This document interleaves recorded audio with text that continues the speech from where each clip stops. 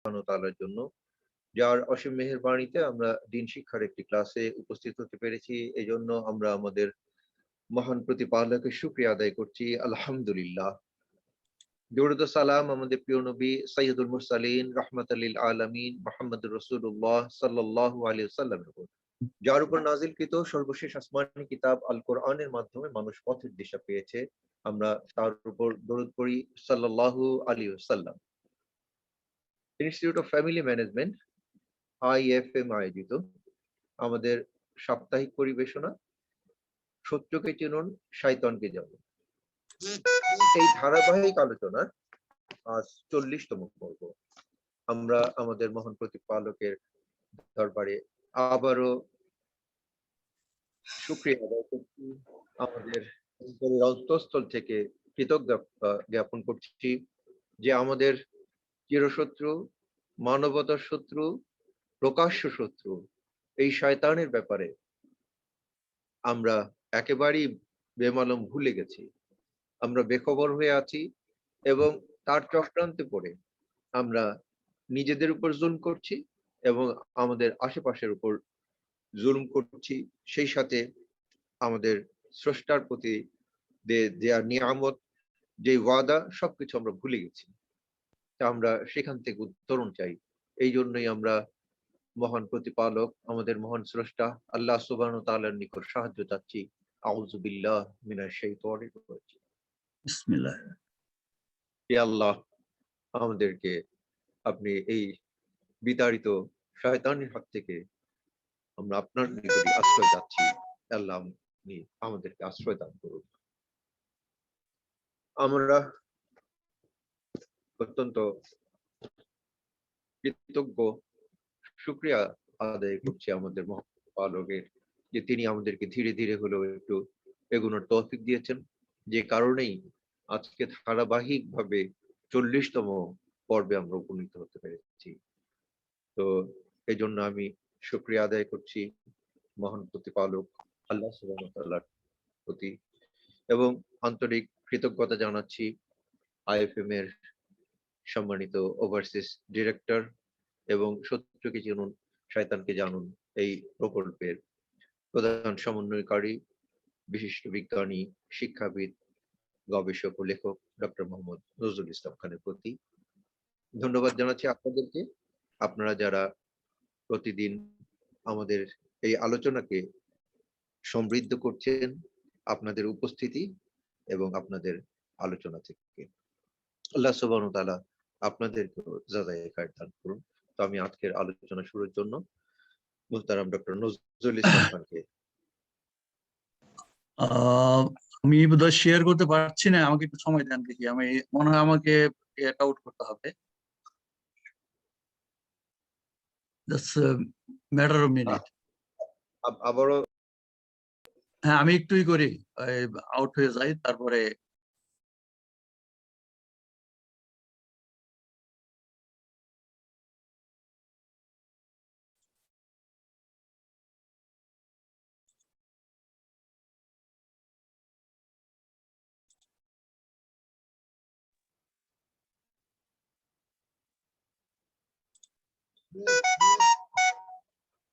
এখন আমাকে শেয়ার করতে হবে, সেটা আমি করতে পারছি না দেখি। ওকে, অ্যালাউ করছে না কেন? আপনি কোহোস্ট আছেন, কাজে আপনার পারার কথা। রাইট, কিন্তু for some reason I don't know.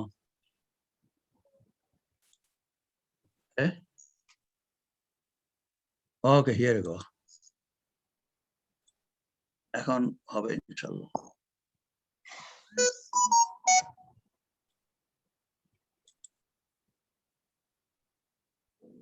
এখন দেখা যাচ্ছে, রাইট? জি জি, দেখা যাচ্ছে। ওকে, আলহামদুলিল্লাহ। ইন্নাল হামদুলিল্লাহ নাহমাদুহু ওয়া নাস্তাইনুহু ওয়া নাস্তাগফিরুহু নাউযু বিল্লাহি মিন শুরুরি আনফুসিনা মিন সাইয়্যাতি আমালিনা মাই ইয়াহদিল্লাহু ফালা মুদিল্লা লাহু ওয়া মাই ইউদ্লিল ফালা হাদিয়া লাহু ওয়া আশহাদু আন লা ইলাহা ইল্লাল্লাহ ওয়াহদাহু লা শারীকা লাহু ওয়া আশহাদু আন্না মুহাম্মাদান আবদুহু ওয়া রাসূলুহু। يا أيها الذين آمنوا اتقوا الله حق تقاته ولا تموتن إلا وأنتم مسلمون يا أيها الذين آمنوا اتقوا الله وقولوا قولا سديدا يصلح لكم أعمالكم ويغفر لكم ذنوبكم من يطع الله رسوله فقد فاز فوزا عظيما إن الله وملائكته يصلون على النبي يا أيها الذين آمنوا صلوا عليه وسلموا تسليما اللهم صل على محمد وعلى آل محمد كما صليت على إبراهيم وعلى آل إبراهيم إنك حميد مجيد اللهم بارك على محمد وعلى آل محمد كما باركت على إبراهيم وعلى آل إبراهيم إنك حميد مجيد رب اشرح لي صدري ويسر لي أمري واحلل عقدة من لساني يفقهوا قولي أما بعد السلام عليكم ورحمة الله وبركاته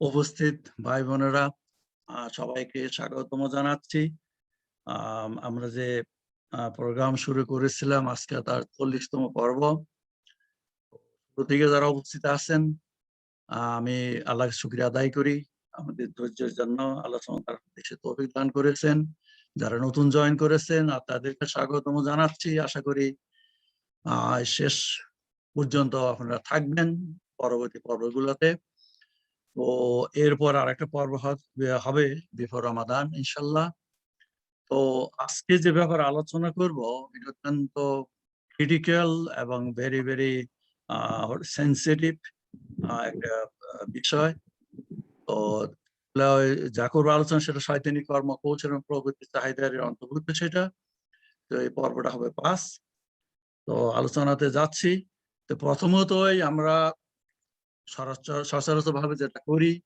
যে আল্লাহ সুবহানাহু কাছে আমরা আশ্রয় প্রার্থনা করব যে শয়তান সম্পর্কে কথা বলছি সে তো ইনভিজিবল অদৃশ্য সে আমাদের সঙ্গে ওই কারণেই নিয়মিত ভাবেই আমাদের মানে দায়িত্ব হবে যে তার প্ররোচনা তার ফিসফিসে ওয়াসওয়াসা থেকে আল্লাহ সুবহানাহু কাছে আমরা আশ্রয় প্রার্থনা করব আমরা বলি সবাই আউযু বিল্লাহি মিনাশ শাইতানির রাজিম ও আজকে আলোচনা করব আত্মশুদ্ধি না করা উদাসীনতা এটা শয়তানের কর্ম এটা অত্যন্ত স্পর্শকাতর এবং বিষয় যেটা আমরা সবাই মানে দায়ী এ ব্যাপারে আমরা সবাই মানে এই ব্যাপারে উদাসীন তো সেই জিনিসটা আমি চেষ্টা করব বোঝানোর জন্য আশা করি আমরা সবাই হয়তো বোঝার চেষ্টা করব আল্লাহ আমাদের সে তৌফিক দান করুন কারণ আত্মশুদ্ধির প্রয়োজনীয়তা কি এবং এটা কতটুকু গুরুত্বপূর্ণ আমাদের জন্য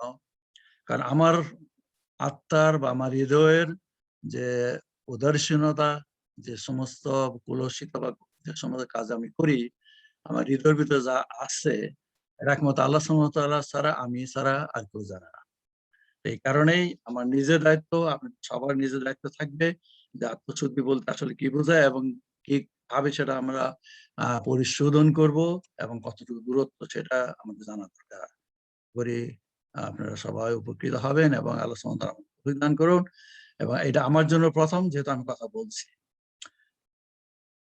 আত্মা এবং হৃদয় এই ব্যাপারে আমাদের সবারই জানা আছে তবে আমি চেষ্টা করব যে জিনিসটা পরিচয় করার জন্য মানব আত্মা এবং রূহ এবং হৃদয় সম্পর্ক হৃদয়কে পবিত্র পরিশোধন করা আর আত্মাকে পরিশোধন করা বস্তুতে একই বিষয় আত্মা ও রূহ একই বস্তু তবে অবস্থার ভিত্তিতে ভিন্ন নামে প্রকাশ করা হয় বা ডাকা হয় বা আমরা বলে থাকি রূহের সম্পর্কে সহজাত প্রকৃতি আল ফিতরা যাকে বলা হয় সাথে পাপ মুক্ত আত্মা যে প্রকৃতি নিয়ে মানব সৃষ্টি হয়েছে আল্লাহ তাআলা বলেছেন এই প্রকৃতি সম্বন্ধে আউযু বিল্লাহি মিনাশ শাইতানির রাজিম فأقم وجهك للدين حنيفا فطرة الله التي فطر الناس عليها ولا تبديل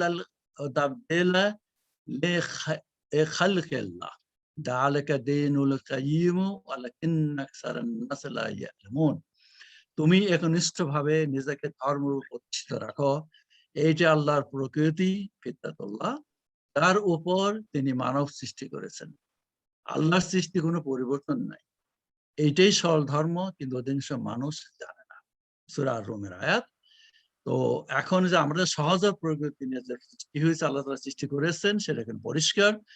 তো ওই প্রকৃতিতে যখন থাকবো ততক্ষণ আমরা খারাপ কাজ করবো না, কোনো অন্যায় কাজে জড়িত হবে না। অর্থাৎ মানবের সহজাত স্বভাবগত যোগ্যতা রয়েছে, যা দ্বারা সে সত্যকে চিনতে পারে, সত্য যাচাই করতে পারে। মানবতার চিরশত্রু শয়তানের কাজ হলো বিভিন্ন কৌশলে মানবকে তার স্বভাবগত যোগ্যতা ব্যবহার করা থেকে দূরে রাখা। মানব প্রবৃত্তির চাহিদা ব্যবহার করে পার্থিবের প্রতি বেশি আকৃষ্ট হতে কুমন্ত্রণা দিয়ে পরকালকে ভুলিয়ে রাখা। প্রবৃত্তির চাহিদায় মানব হৃদয় সৃষ্টি হয় সীমাহীন কামনা, বাসনা, আকাঙ্ক্ষা। সে অবৈধ অপকর্মে জড়িত হয়ে হৃদয় আত্মাকে পাপাসক্ত করে, স্বভাবগত গুণ হারিয়ে ফেলে। আর রূহ এবং আত্মার পার্থক্য এক ভেরি ইম্পর্টেন্ট জিনিস। আর রূহ কিভাবে আত্মায় পরিণত হয়ে প্রবৃত্তির চাহিদার কাছে আত্মসমর্পণ করে কলুষিত হয়, তার বর্ণনা দিয়েছেন শেখ আস-সোহাইলি রাহিমাহুল্লাহ। ইবনে কাসির রাহিমাহুল্লাহ তফসিরে তা উল্লেখ করা হয়েছে। রূহ এবং আত্মার মধ্যে যে সম্পর্ক রয়েছে সে ব্যাপারে আস-সোহাইলি mention, there is a dispute among the scholars over whether the ruh is the same as the nafs, or soul, atta, or something different. He stated that ruh is light and soft, like air. These are his imagination. Anyway, actually, following through the body like water through the veins of a tree. He stated that the ruh which the angel breathes into the fetus is a nafs, provided that it joins the body and acquires certain qualities because of it, whether good or bad. So then it is either a soul in complete rest and satisfaction, that Purishuddha Puritipatta, as Allah subhanahu wa ta'ala says in Surah Al-Fajr, ayah number 27, he prashanto chitta, অর্থাৎ যে চিত্ত আল্লাহর স্মরণে শান্তি লাভ করে, or inclined to evil, like কুলসিত মন্দ প্রকৃতি, as Allah subhanahu wa ta'ala says in Surah Yusuf, ayah number 53, মানুষের মন অবশ্য মন্দ কর্মপ্রবণ. Just as water is the life of the tree, then by mixing with it, it produces something else, so that if it mixes with grapes and the grapes are then squeezed, it becomes juice that will sugar or wine for the body. Then it is no longer called water except in a metaphorical sense. Thus, we should understand the connection between the nafs and ruh. The ruh is not called nafs except with it joins the body and is affected by it. So, in conclusion, we may say the ruh is the origin, সৃষ্টির মূল and essence. নির্যাস গুরুপূর্ণ মৌলিক স্বভাব. The nafs consist of the ruh and its connection to the body, so they are the same in one sense, যতক্ষণ পর্যন্ত শরীরের সঙ্গে সংযুক্ত থাকে, but not in another. অর্থাৎ জন্মের পূর্বে মৃত্যুর পরে। This is a good explanation. Allah knows the best. ইবনে কাসির থেকে নেওয়া হয়েছে এটা। অর্থাৎ রূহ হইল স্বভাবজাত প্রকৃতির কি, সে কখনো খারাপ জড়িত হতে পারে না, যেটা হলো মৃত্যুর জন্মের আগে থাকে। আর পার্থিব জীবনে মানুষের যখন প্রবৃত্তির চাহিদা রুহের সঙ্গে জয়েন হয়ে যায়, তখনই সেটা আত্মা পরিণত হয়। সেটা এখানে বলা হচ্ছে একটা গাছের গ্রেপস এবং তার জুসের সঙ্গে এটা কম্পেয়ার করেছে। আমি মনে করি এটা খুব গুড এক্সপ্লেনেশন। অর্থাৎ আত্মা রুহ একই জিনিস, বা আমাদের পার্থিব জীবনেই রুহটা হলো আত্মা পরিণত হয়। যখন পার্থিব বস্তু জগতের প্রতি আকৃষ্ট হয়ে ভোগে লিপ্ত হয়, তখন আত্মা রূপ ধারণ করে। তো বলা যায় পার্থিবে মানব রূহ এবং আত্মার সাথে অবস্থান করে। মানব যখন পার্থিবের প্রতি অতিশয় আকৃষ্ট হয়ে বিভিন্ন অবৈধ কাজে জড়িত হয়ে আত্মাকে কলুষিত করে, পাপাসক্ত হয়ে যায়। পাপ থেকে মুক্ত হয়ে রুহের প্রকৃতি ধারণ করতে আত্মাকে পরিশোধন করতে হয়। এটা হলো ইম্পর্টেন্ট, এই কথার মূল কথা হলো এটা। একমাত্র মানব জিনের ক্ষেত্রে এটা প্রযোজ্য। আল কোরআন সহিহ হাদিস থেকে সেটাই বোঝা যায়। জীবজন্তু বা অন্য জীবন্ত সকলের আত্মা প্রাণ রয়েছে, তবে তাদের আধ্যাত্মিক আত্মা বা আধ্যাত্মিকতা নাই, কারণ তারা সর্বদা আল্লাহ তাআলার পবিত্র আদেশে বাধ্য থাকে। তাদের প্রতি শয়তানের কোনো শত্রুতা নাই। আত্মা কলুষিত হওয়া মানে হৃদয় কলুষিত।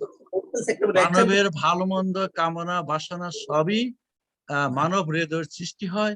এইগুলোর অবস্থান হচ্ছে হৃদয়ের গোপন আধারে। তাই একমাত্র কর্মের মাধ্যমে তার প্রকাশ ঘটে থাকে।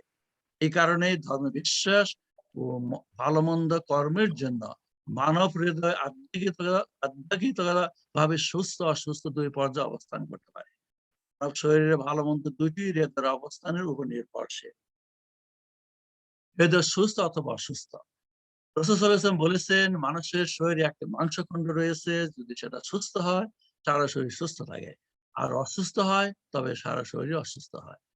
এটাকে বলা হয় হৃদয় বা হার্ট। সহিহ মুসলিম সহিহ হাদিস।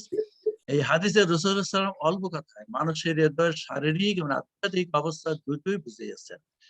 এই হৃৎপিণ্ড অসুস্থ হলে মানুষ শারীরিক শক্তি হারায়, আর আধ্যাত্মিক হৃদয় যেটা অসুস্থ থাকলে প্রতিপাল আল্লাহ তাআলার সাথে দূরত্ব বেড়ে যায়।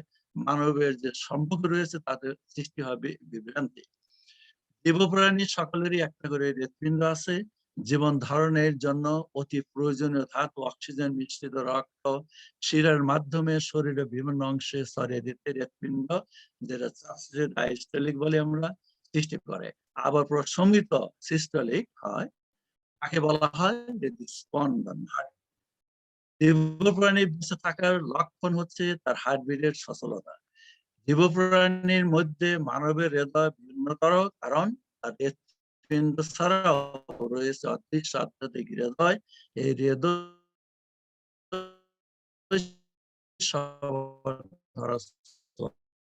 বাইরে, তবে তার সাথে ধর্মের মত। হৃদয় হচ্ছে প্রেমানুভূতির এবং ভালোবাসার উৎসব। মানব মস্তিষ্ক দিয়ে চিন্তা করে, চোখ দিয়ে দেখে, কান দিয়ে শ্রবণ করে, দৃশ্যমান কোনো বস্তুর প্রতি আকৃষ্ট হয়। হৃদয়ের অনুভূতিতে ভালোবেসে গ্রহণ করে, আর সত্যতার স্বীকৃতি দেয়। এইটা শিখছে চোখ, কান, হাত, পা দিয়ে স্পর্শ করার পদ্ধতি মস্তিষ্ক দিয়ে নিয়ন্ত্রণ হয়। অতএব বলা যায়, কোনো কিছুর উপর বিশ্বাস স্থাপন করা, স্বীকৃতি দেওয়ার হৃদয় এবং মস্তিষ্ক পরস্পরের সহযোগী হিসেবে কাজ করে। মানব মস্তিষ্কে চিন্তা করে, কানে শুনে, চোখে দেখে, কোনো বিষয়ের কাজ করলো হৃদয় দিয়ে সেটা সত্যতার স্বীকৃতি নাও দিতে পারে। ধর্ম বিশ্বাসের ক্ষেত্রে এই বিষয়টি অত্যন্ত স্পর্শকাতর এবং গুরুত্বপূর্ণ, কারণ কোন বিষয়ের গ্রহণযোগ্যতা মানব শক্তি দিয়ে যাচাই করে হৃদয় দিয়ে বিশ্বাস এবং ভালোবাসার স্বীকৃতি দিয়ে গ্রহণ করতে হয়। তবে ধর্মীয় বিশ্বাসের ক্ষেত্রে চোখে না দেখে শুধুমাত্র ধীর শক্তি বুদ্ধি বিবেচনার মাধ্যমে সততা যাচাই করে হৃদয়ে বিশ্বাস করতে হয়, ভালোবাসতে হয়। এই কারণেই অধিকাংশ মানুষই বিশ্বাসের ব্যাপারে সত্য যাচাইয়ে ধীর শক্তি বিচার শক্তি ব্যবহার না করে বাপ-দাদার ভ্রান্ত বিশ্বাসকে মেনে জীবন যাপন করে। অর্থাৎ তাদের হৃদয়ের দরজা বন্ধ, চোখে কালো চশমা, কানে কানে হলো তালা দেওয়া থাকে। এই এদের সম্পর্কে আল্লাহ তাআলা বলেছেন, আমি শুধু অনুবাদ করছি, এটা সূরা আরাফের 179 নম্বর আয়াত। আর আমি সৃষ্টি করেছি দোজখের জন্য বহু জিন ও মানুষ। তাদের অন্তর রয়েছে, তা দ্বারা বিবেচনা করে না। তাদের চোখ রয়েছে, তা দ্বারা দেখে না। তাদের কান রয়েছে, তা দ্বারা শুনে না। তারা তো চতুষ্পদ জন্তুর মতো, বরং তাদের চেয়েও নিকৃষ্টতর। তারাই হলো গাফেল, শৈথিল্যপরায়ণ। অর্থাৎ শারীরিক দিয়ে তারা সুস্থ, আর্থিক জ্ঞান কর্মীরা তারা গণমান্য, অনেকে সমাজে প্রতিষ্ঠিত ব্যক্তি, তবে তারা আধ্যাত্মিকতা ভাবে মৃত বা অন্ধ। কারণে তাদের সৃষ্টি করা হয়েছে, তার কোনো মূল্যায়ন তারা করে না। এই জন্যই মানবের আকৃতি ধারণ করেও তারা জীবজন্তুর চেয়েও খারাপ। বরং বলা যায় তাদের হৃদয়ের আলো মানে স্বভাবগত যে প্রকৃতি অন্ধকারে নিমজ্জিত। হৃদয়ের অন্ধকার দূরীকরণ অবশ্যই স্বর্গীয় আলোর সংস্পর্শে এসে হৃদয়ের পরিশোধন দরকার। প্রত্যেক মানবের হৃদয়ে রয়েছে নূর, আলো। প্রত্যেক মানবের সত্য যাচাই ও গ্রহণের যোগ্যতা রয়েছে। আল্লাহ তাআলা প্রদত্ত আসমানী কিতাবে মানে সংস্পর্শে বা আলোর সংস্পর্শে এসে সত্য সন্ধানে মানব হৃদয় যখন আলোর সন্ধান পায়, তখন তার হৃদয়ে রাখা আলোর জ্যোতি বেড়ে যায়। সত্য গ্রহণ উদ্বুদ্ধ হয়ে আল্লাহ তাআলার সান্নিধ্যে পৌঁছাতে চেষ্টা করে। পরম দয়ালু করুণাময় আল্লাহ তাআলা তাকে আরো বেশি শক্তি দিয়ে, অর্থাৎ হিদায়াত দিয়ে তাকে একনিষ্ঠবাদী করে নেন। হৃদয়ে রাখা নূর আলো সম্পর্কে আল্লাহ তাআলা বলেছেন, আমি অনুবাদ করব। সূরা নূরের 35 আয়াত। এই আয়াত অত্যন্ত গুরুত্বপূর্ণ, আশা করি আপনারা অনেকেই পড়েছেন বা জানেন। আল্লাহ নবমণ্ডল ভূমণ্ডলের জ্যোতি, আর জ্যোতির উদাহরণ যেন একটা কুলুঙ্গি মানে তাক, যাতে আছে একটি প্রদীপ। প্রদীপটি একটা কাচপাত্রে স্থাপিত। কাচপাত্রটি উজ্জ্বল নক্ষত্র সদৃশ্য, তাতে পুত পবিত্র জয়তুন বৃক্ষের তৈল প্রজ্বলিত হয়, যা পূর্বমুখীও নয় পশ্চিমমুখীও নয়। অগ্নিস্পর্শ না করলেও তার তৈল যেন আলোকিত হওয়ার নিকটবর্তী, জ্যোতির উপর জ্যোতি। আল্লাহ যাকে ইচ্ছা পথ দেখান তার জ্যোতির দিকে। আল্লাহ মানুষের জন্য দৃষ্টান্তমূলক সম্পূর্ণ বর্ণনা করেন। আল্লাহ সব বিষয়ে জ্ঞাত। সূরা নূর আয়াত। এই আয়াতে যে প্রদীপের কথা, প্রদীপ হচ্ছে মানুষের হৃদয়। তাতে সৃষ্টিগত ভাবে রয়েছে হেদায়েত গ্রহণের যোগ্যতা, আর কোরআনের সংস্পর্শে এসে তার যোগ্যতা আর বেড়ে যায়, যেটা আলোকিত হয়। তখন ওই জ্যোতির উপর জ্যোতি আর কি, যেটা বলা হয়েছে। এই আয়াতের ব্যাখ্যায় যে ইমাম গাজ্জালী রাহমাতুল্লাহর একটি বই আছে, মানে পুরো বই হলো এই আয়াতের উপরে লেখা। যে বইটা যদি আপনারা পড়তে পারেন, আমি আশা করি অনেকে পড়েছেন, তো এই আয়াতের ব্যাখ্যা সম্বন্ধে বললে আমাদের জন্য বেটার এবং আমাদের চোখ খুলে দেবে। আল্লাহ তাআলাকে চোখে দেখার ক্ষমতা কারণ নাই, তবে তার অস্তিত্বের মহাশক্তির এবং সৃষ্টির নিদর্শন সৃষ্টি জগতে সর্বত বিরাজমান। অনেক সময় আমরা চোখ বন্ধ করে রাখি আর আমরা বুঝতে পারি না। তাওহীদের নিদর্শন সর্বত বিরাজমান, এটা আমাদের চিন্তা করার দরকার রয়ে গেছে। আসমানি কিতাব ও নবীর রাসূল প্রেরণ করে আল্লাহ তাআলা একত্ববাদের সত্যতা, শেষ বিচার দিবস, বেহেশত দোজখ, পূর্ববর্তী জাতির অবিশ্বাস্য পরিণাম সম্পর্কে মানবজাতিকে বারবার স্মরণ করে সতর্ক করেছেন। কাজেই এই সকল চোখে না দেখে ঈমানদার বান্দা হওয়ার জন্য হৃদয়ে বিশ্বাস করতে হয় এবং আল্লাহকে ভালোবাসতে হয়। মানে এটা হলো বটম, মানে ভেরি ইম্পর্টেন্ট পয়েন্ট। এই বিশ্বাস ভালোবাসার গোপন খবর কেউ জানতে পারে না। এই কারণে কোনো বিষয় চিন্তা শক্তির ভাবনা, ধর্ম বিশ্বাসের দাবি, এদের ভালোবাসা যখন একই সরলরেখা বিন্যাস করে বাহ্যিক কর্মে প্রকাশ পায়, তখন হৃদয়ের আসল রূপ বাস্তবে প্রমাণ হয়। এই মানব প্রকৃতি এতটাই ভঙ্গুর যে কোনো কিছু বাহ্যিক দৃষ্টিতে গ্রহণ করলেও আভ্যন্তরীণ হৃদয়ে ভালোবাসতে নাও পারে। বন্ধু বান্ধব, স্বামী স্ত্রী, প্রেমিক প্রেমিকা, হৃদয় দিয়ে ভালোবাসা ব্যতিরিক্ত বাহ্যিক সম্পর্ক বজায় রেখে পার্থিব জীবন কাটিয়ে দিতে পারে। মানে অন্তরে ভালোবাসা নাই, কিন্তু বাইরে প্রকাশ করে দেখানো যে ভালোবাসা, এইভাবে মানুষ জীবন কাটিয়ে দিতে পারে। অনুরূপ আল্লাহ তাআলাকে ভালো না বেশি সে জীবন কাটিয়ে দিতে পারে। এটা হোল ওয়ার্ল্ডে, সারা বিশ্বে, মানে এটা সমস্ত বিরাজমান। কারণ ভুলে গেলে চলবে না যে অদৃশ্য শত্রু শয়তান চুপ করে বসে থাকবে না। সূক্ষ্ম কৌশলে শয়তানি কর্ম কার্যকর রাখবে, যাতে মানব হৃদয় পার্থিব বস্তু ভালোবাসা ব্যস্ত থেকে আল্লাহ তাআলাকে ভালোবাসা থেকে দূরে থাকে এবং কলুষিত আত্মা নিয়ে পরপরে চলে যায়। আত্মা পরিশোধনের উদ্যোগ সে যে না নেয়, এলো শয়তানের কাজ। ধর্ম বিশ্বাসের ক্ষেত্রে এটা আরো বেশি গুরুত্বপূর্ণ এবং বাস্তব সত্য। কারণ হৃদয়ের প্রকৃত অবস্থা গোপন রাখা উদ্দেশ্য একমাত্র সর্বমধ্যে আল্লাহ তাআলা ছাড়া আর কেউ জানার ক্ষমতা নাই বা কেউ জানে না।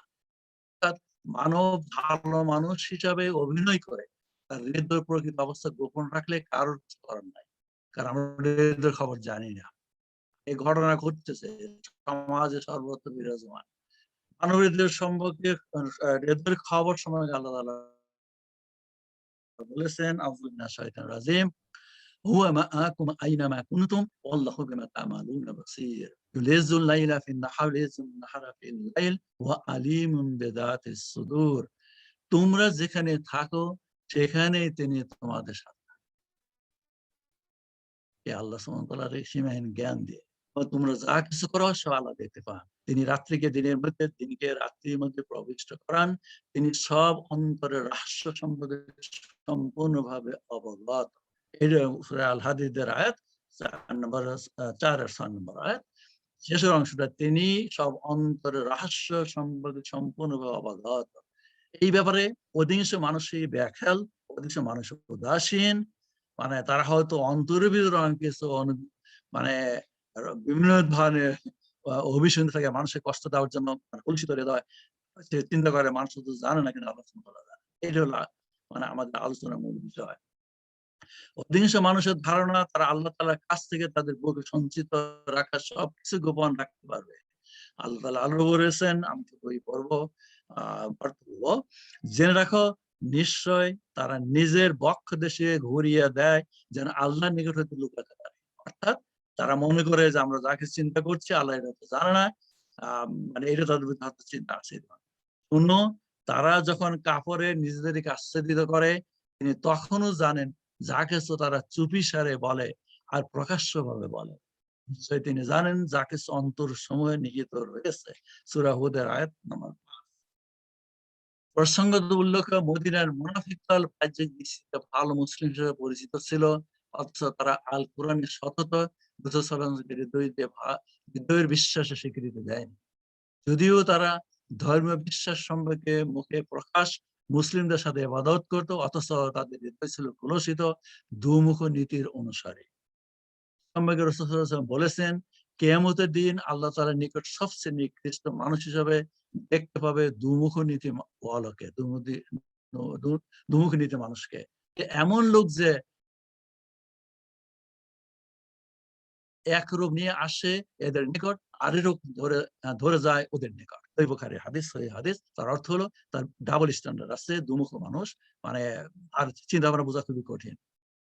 তারা যে মিথ্যাবাদী সেটা রাসূল সাল্লাল্লাহু আলাইহি ওয়াসাল্লামকে জানিয়ে দিয়ে আল্লাহ তাআলা বলেছেন, আউযু বিল্লাহি মিনাশ শাইতানির রাজিম, ইযা জাআকাল মুনাফিকুনা ক্বালু নাশহাদু ইন্নাকা রাসূলুল্লাহ ওয়াল্লাহু ইয়ালামু ইন্নাকা রাসূলুহু ওয়াল্লাহু ইয়াশহাদু ইন্নাল মুনাফিকিনা লাকাযিবুন। মুনাফিকরা যখন তোমার কাছে আসে তারা বলে, আমরা সাক্ষ্য দিচ্ছি যে আপনি নিশ্চয়ই আল্লাহর রাসূল। জানেন যে তুমি নিশ্চয়ই আল্লাহর রাসূল, এবং আল্লাহ সাক্ষ্য দিচ্ছেন যে মুনাফিকরা নিশ্চয় মিথ্যাবাদী। সূরা মুনাফিকের 1 নম্বর আয়াত। বললে অন্যায় হবে না যে মুসলিমদের হৃদয়ের প্রধান অসুখ হচ্ছে মুনাফিকি প্রকৃতি।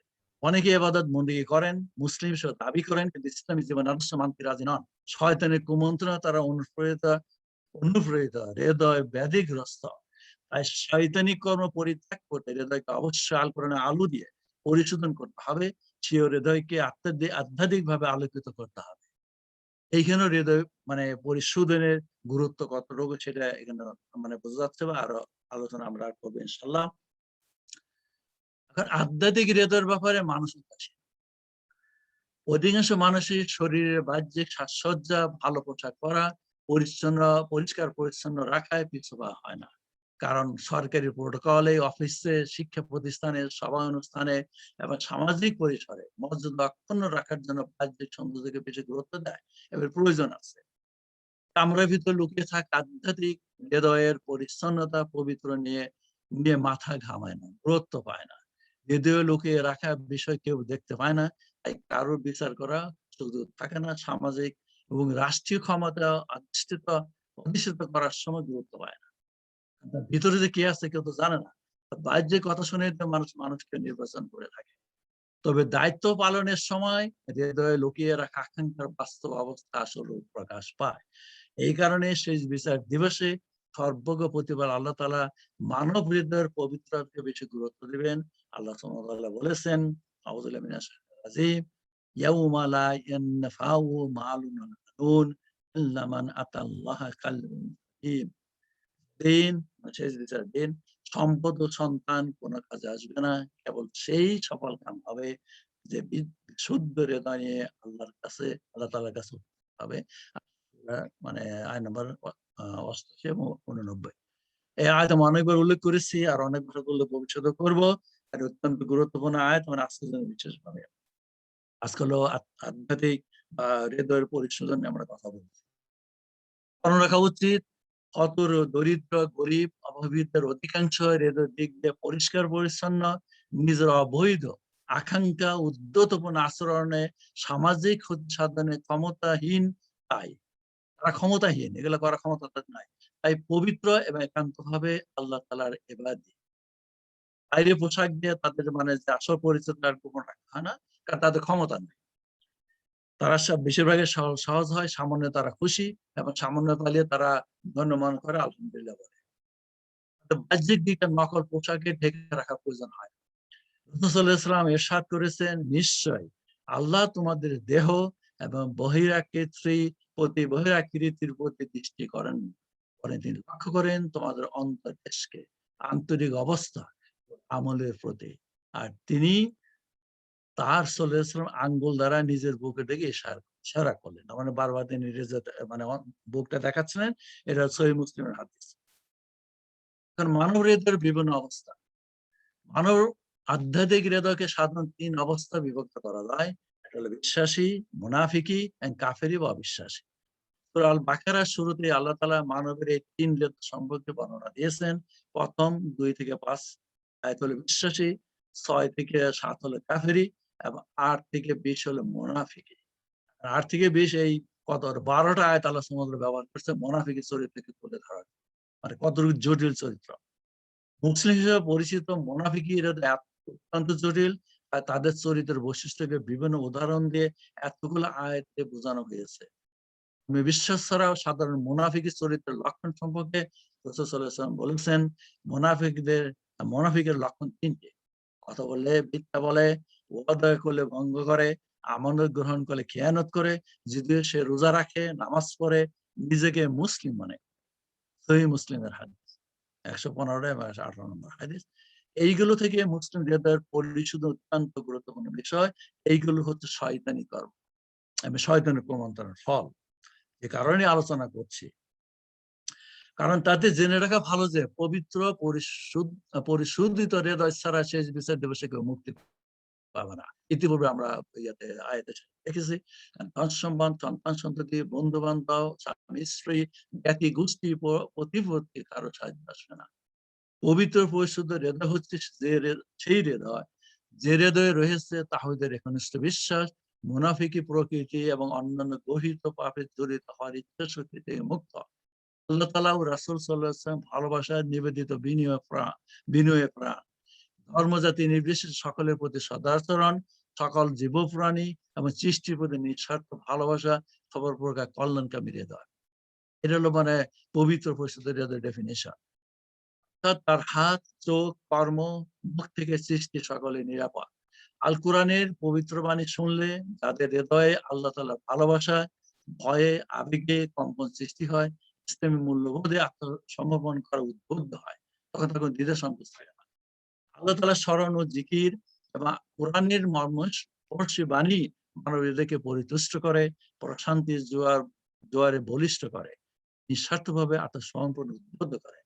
আল্লাহ বলেছেন, আউযু বিল্লাহি মিনাশ শাইতানির রাজিম, আল্লাযিনা আমানু ওয়া তাতমাইন্নু কুলুবুহুম বিযিকরিল্লাহ, আলা বিযিকরিল্লাহ তাতমাইন্নুল কুলুব। যারা বিশ্বাস করে, যাদের অন্তর আল্লাহর স্মরণে তৃপ্তি লাভ করে, নিঃসন্দেহে আল্লাহর স্মরণে অন্তর তৃপ্তি লাভ করে। সূরা রাদের ২৮ নম্বর আয়াত। এটা হলো মুমিনদের, বিশ্বাসীদের, যাদের হৃদয় পরিশুদ্ধ, তাদের অন্তরের ডেফিনিশন হলো এটা। রাসূল সাল্লাল্লাহু আলাইহি ওয়াসাল্লাম বলেছেন, যে ব্যক্তি তার রবকে স্মরণ করে আর যে করে না, তাদের দুজনের দৃষ্টান্ত হলো জীবিত ও মৃত লোকের অনুরূপ। সহিহ আল বুখারী। তাহলে আল্লাহ তাআলা স্মরণে, জিকিরে এবং আল্লাহ সচেতনায় হলো জীবন্ত আত্মা, যেটা হলো মুমিনদের আত্মা, বিশ্বাসীদের আত্মা, পরহেজগারীর আত্মা। আর বাকি যারা আছে আল্লাহ স্মরণ করে না এবং আল্লাহ স্মরণ করলেও তার মুনাফিক অন্তর, সেটা হলো মৃত আত্মা। আল্লাহ তাআলা স্মরণে নিয়োজিত থাকলে সে কখনই কলুষিত হতে পারে না। তার কর্ম জিহ্বা দ্বারা অন্যদের ক্ষতি হতে পারে না। রাসূল সাল্লাল্লাহু আলাইহি ওয়াসাল্লাম বলেছেন, যার জিহ্বা ও হাত থেকে মুসলিমগণ নিরাপদ থাকে সেই হলো মুসলিম। আর মুহাজির হচ্ছে সেই ব্যক্তি যে আল্লাহ তাআলা যা নিষেধ করেছেন তা ত্যাগ করে। সহিহ বুখারী হাদিস।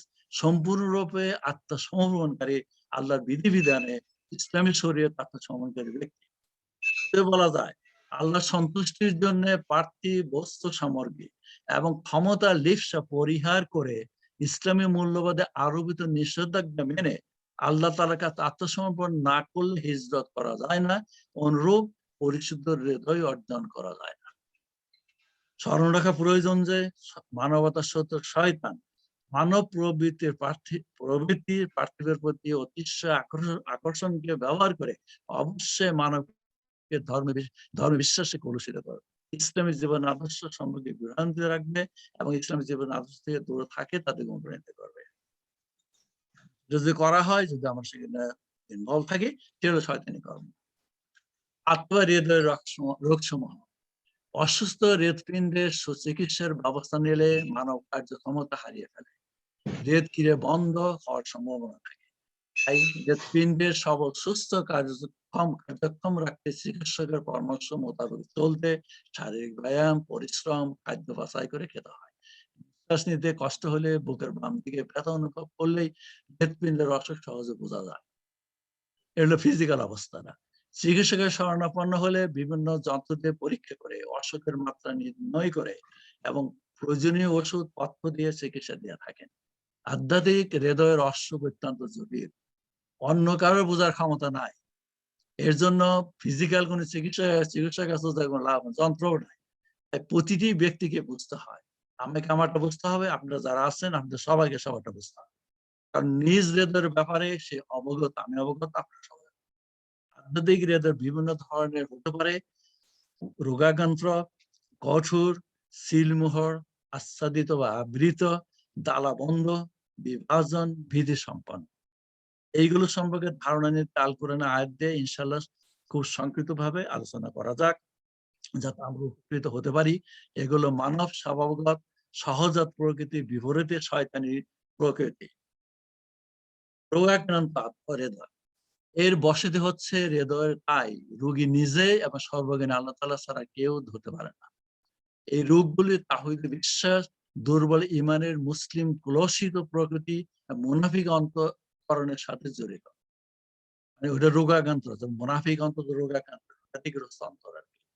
আল্লাহ তাআলা এদের সম্পর্কে বিভিন্ন উপমা দিয়ে প্রতিটা অবস্থার বর্ণনায় একাধিক আয়াত নাজিল করেছেন। সব আয়াত এখানে উল্লেখ করা সম্ভব না, শুধু উদাহরণস্বরূপ একটা আয়াত উল্লেখ বা দুইটা। রোগাক্রান্ত হৃদয়ের ব্যাপারে হচ্ছে মুনাফিকের অন্তর।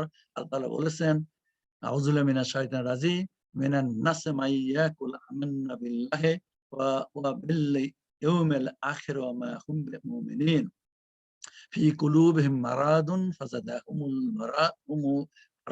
মারাদা ওয়া লাহুম আযাবুন আলীমুন বিমা কানু ইয়াকসিবুন।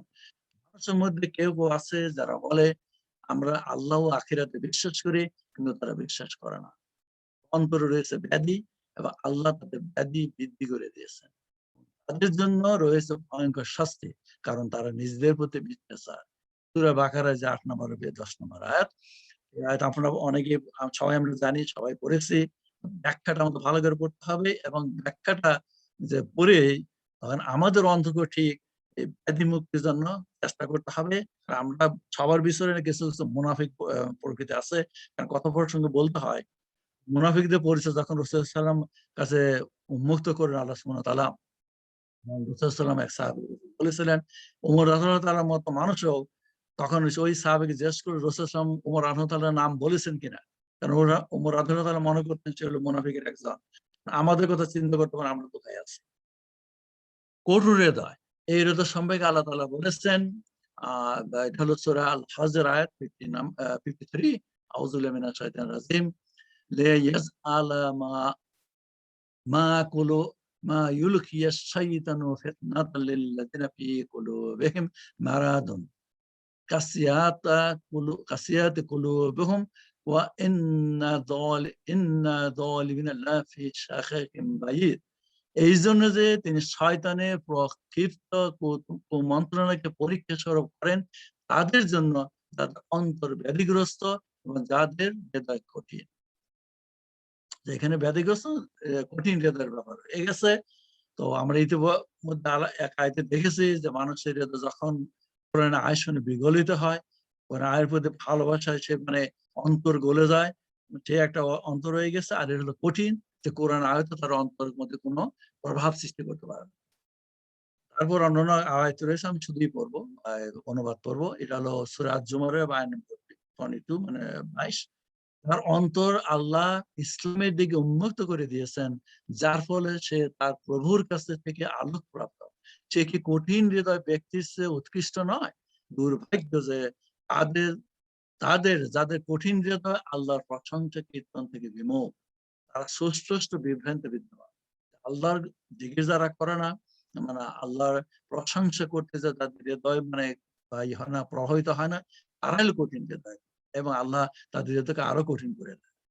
তারপর আয়াত হলো সূরা আল হাদীদের আয়াত নম্বর 16, যারা মুমিন তাদের জন্য কি আল্লাহ স্মরণে এবং যে সত্য অবতীর্ণ হয়েছে তার কারণে হৃদয় বিগলিত হওয়ার সময় আসেনি, তারা তাদের মতো যেন না হয়, তাদের পূর্বে কিতাব দেওয়া হয়েছিল, তাদের উপর সুদীর্ঘকাল অতিক্রান্ত হয়েছে, অতঃপর তাদের অন্তঃকরণ কঠিন হয়ে গেছে, তাদের অধিকাংশ পাপাচারী।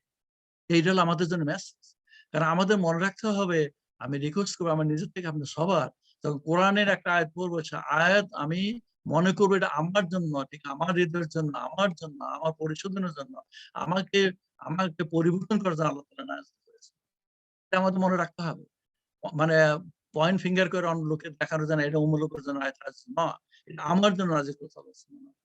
সেই আয়াতের ভিত্তিতে আমাকে নিজেকে পরিশোধন করতে হবে, আয়াতের ভিত্তিতে আমাকে পরিচালনা করতে হবে। তারপর আসেন হৃদয়ে সিলমোহর, যাতে বিশ্বাসের আলো ঢুকতে পারে না।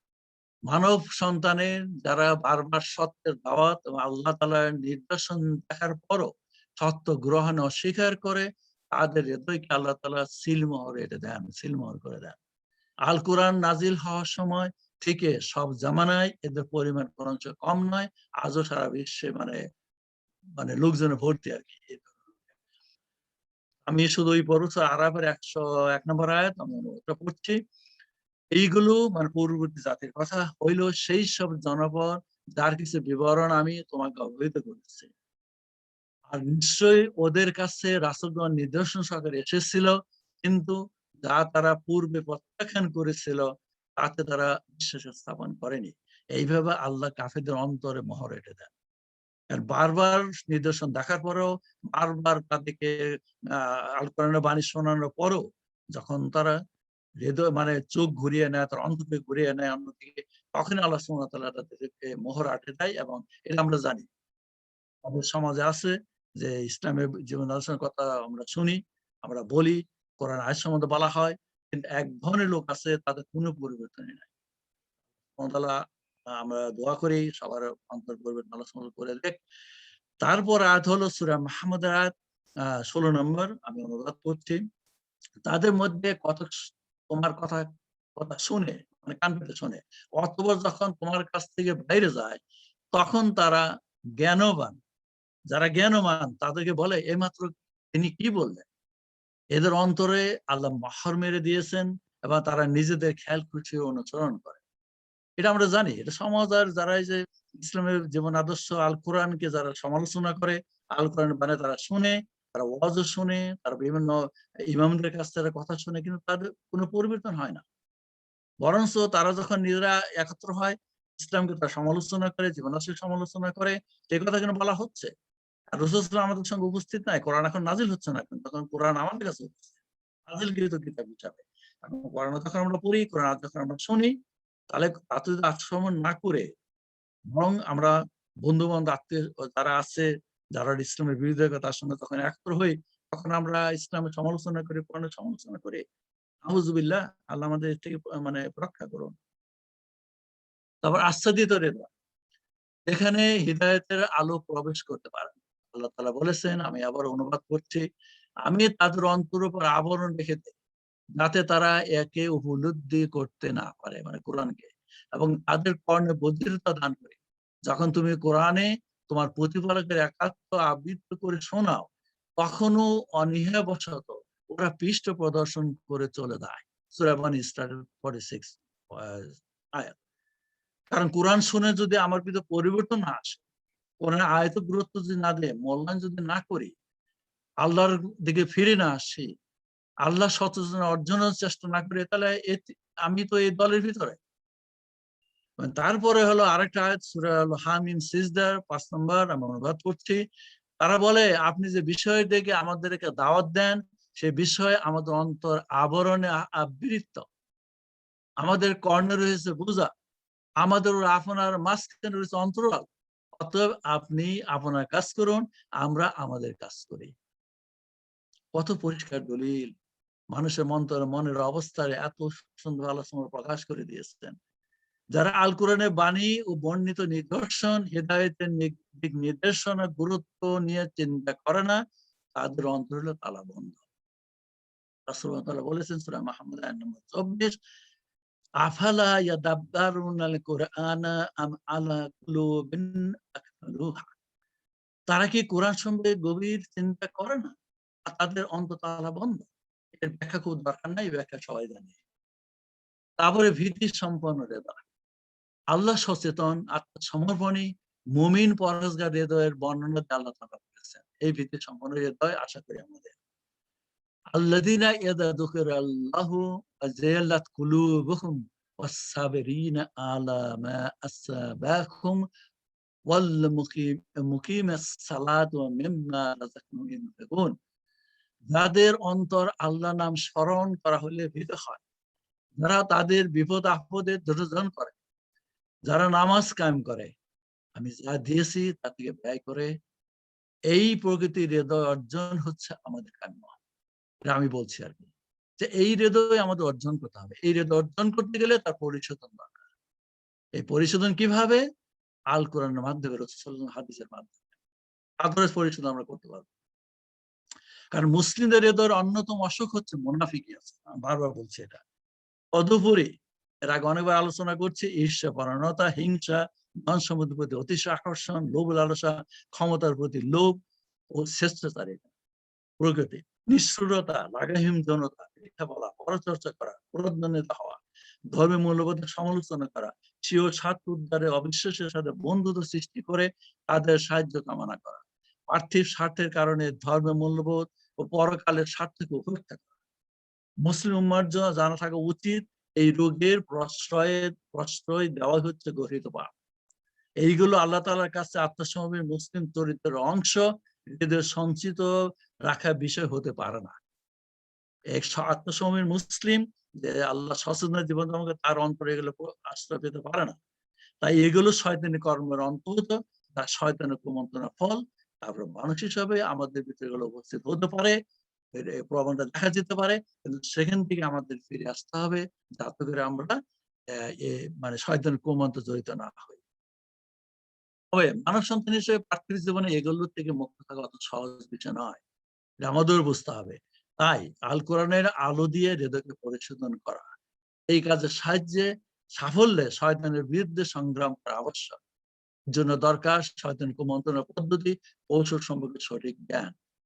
এইগুলো থেকে মুক্ত থাকায় মুসলিম উম্মার প্রতি নির্দেশ দিয়ে রাসূল সাল্লাল্লাহু আলাইহি ওয়াসাল্লাম বলেছেন, তোমরা অবশ্যই ধারণা অনুমান থেকে বেঁচে থাকো, কেননা ধারণা অনুমান সবচেয়ে বড় মিথ্যা কথা।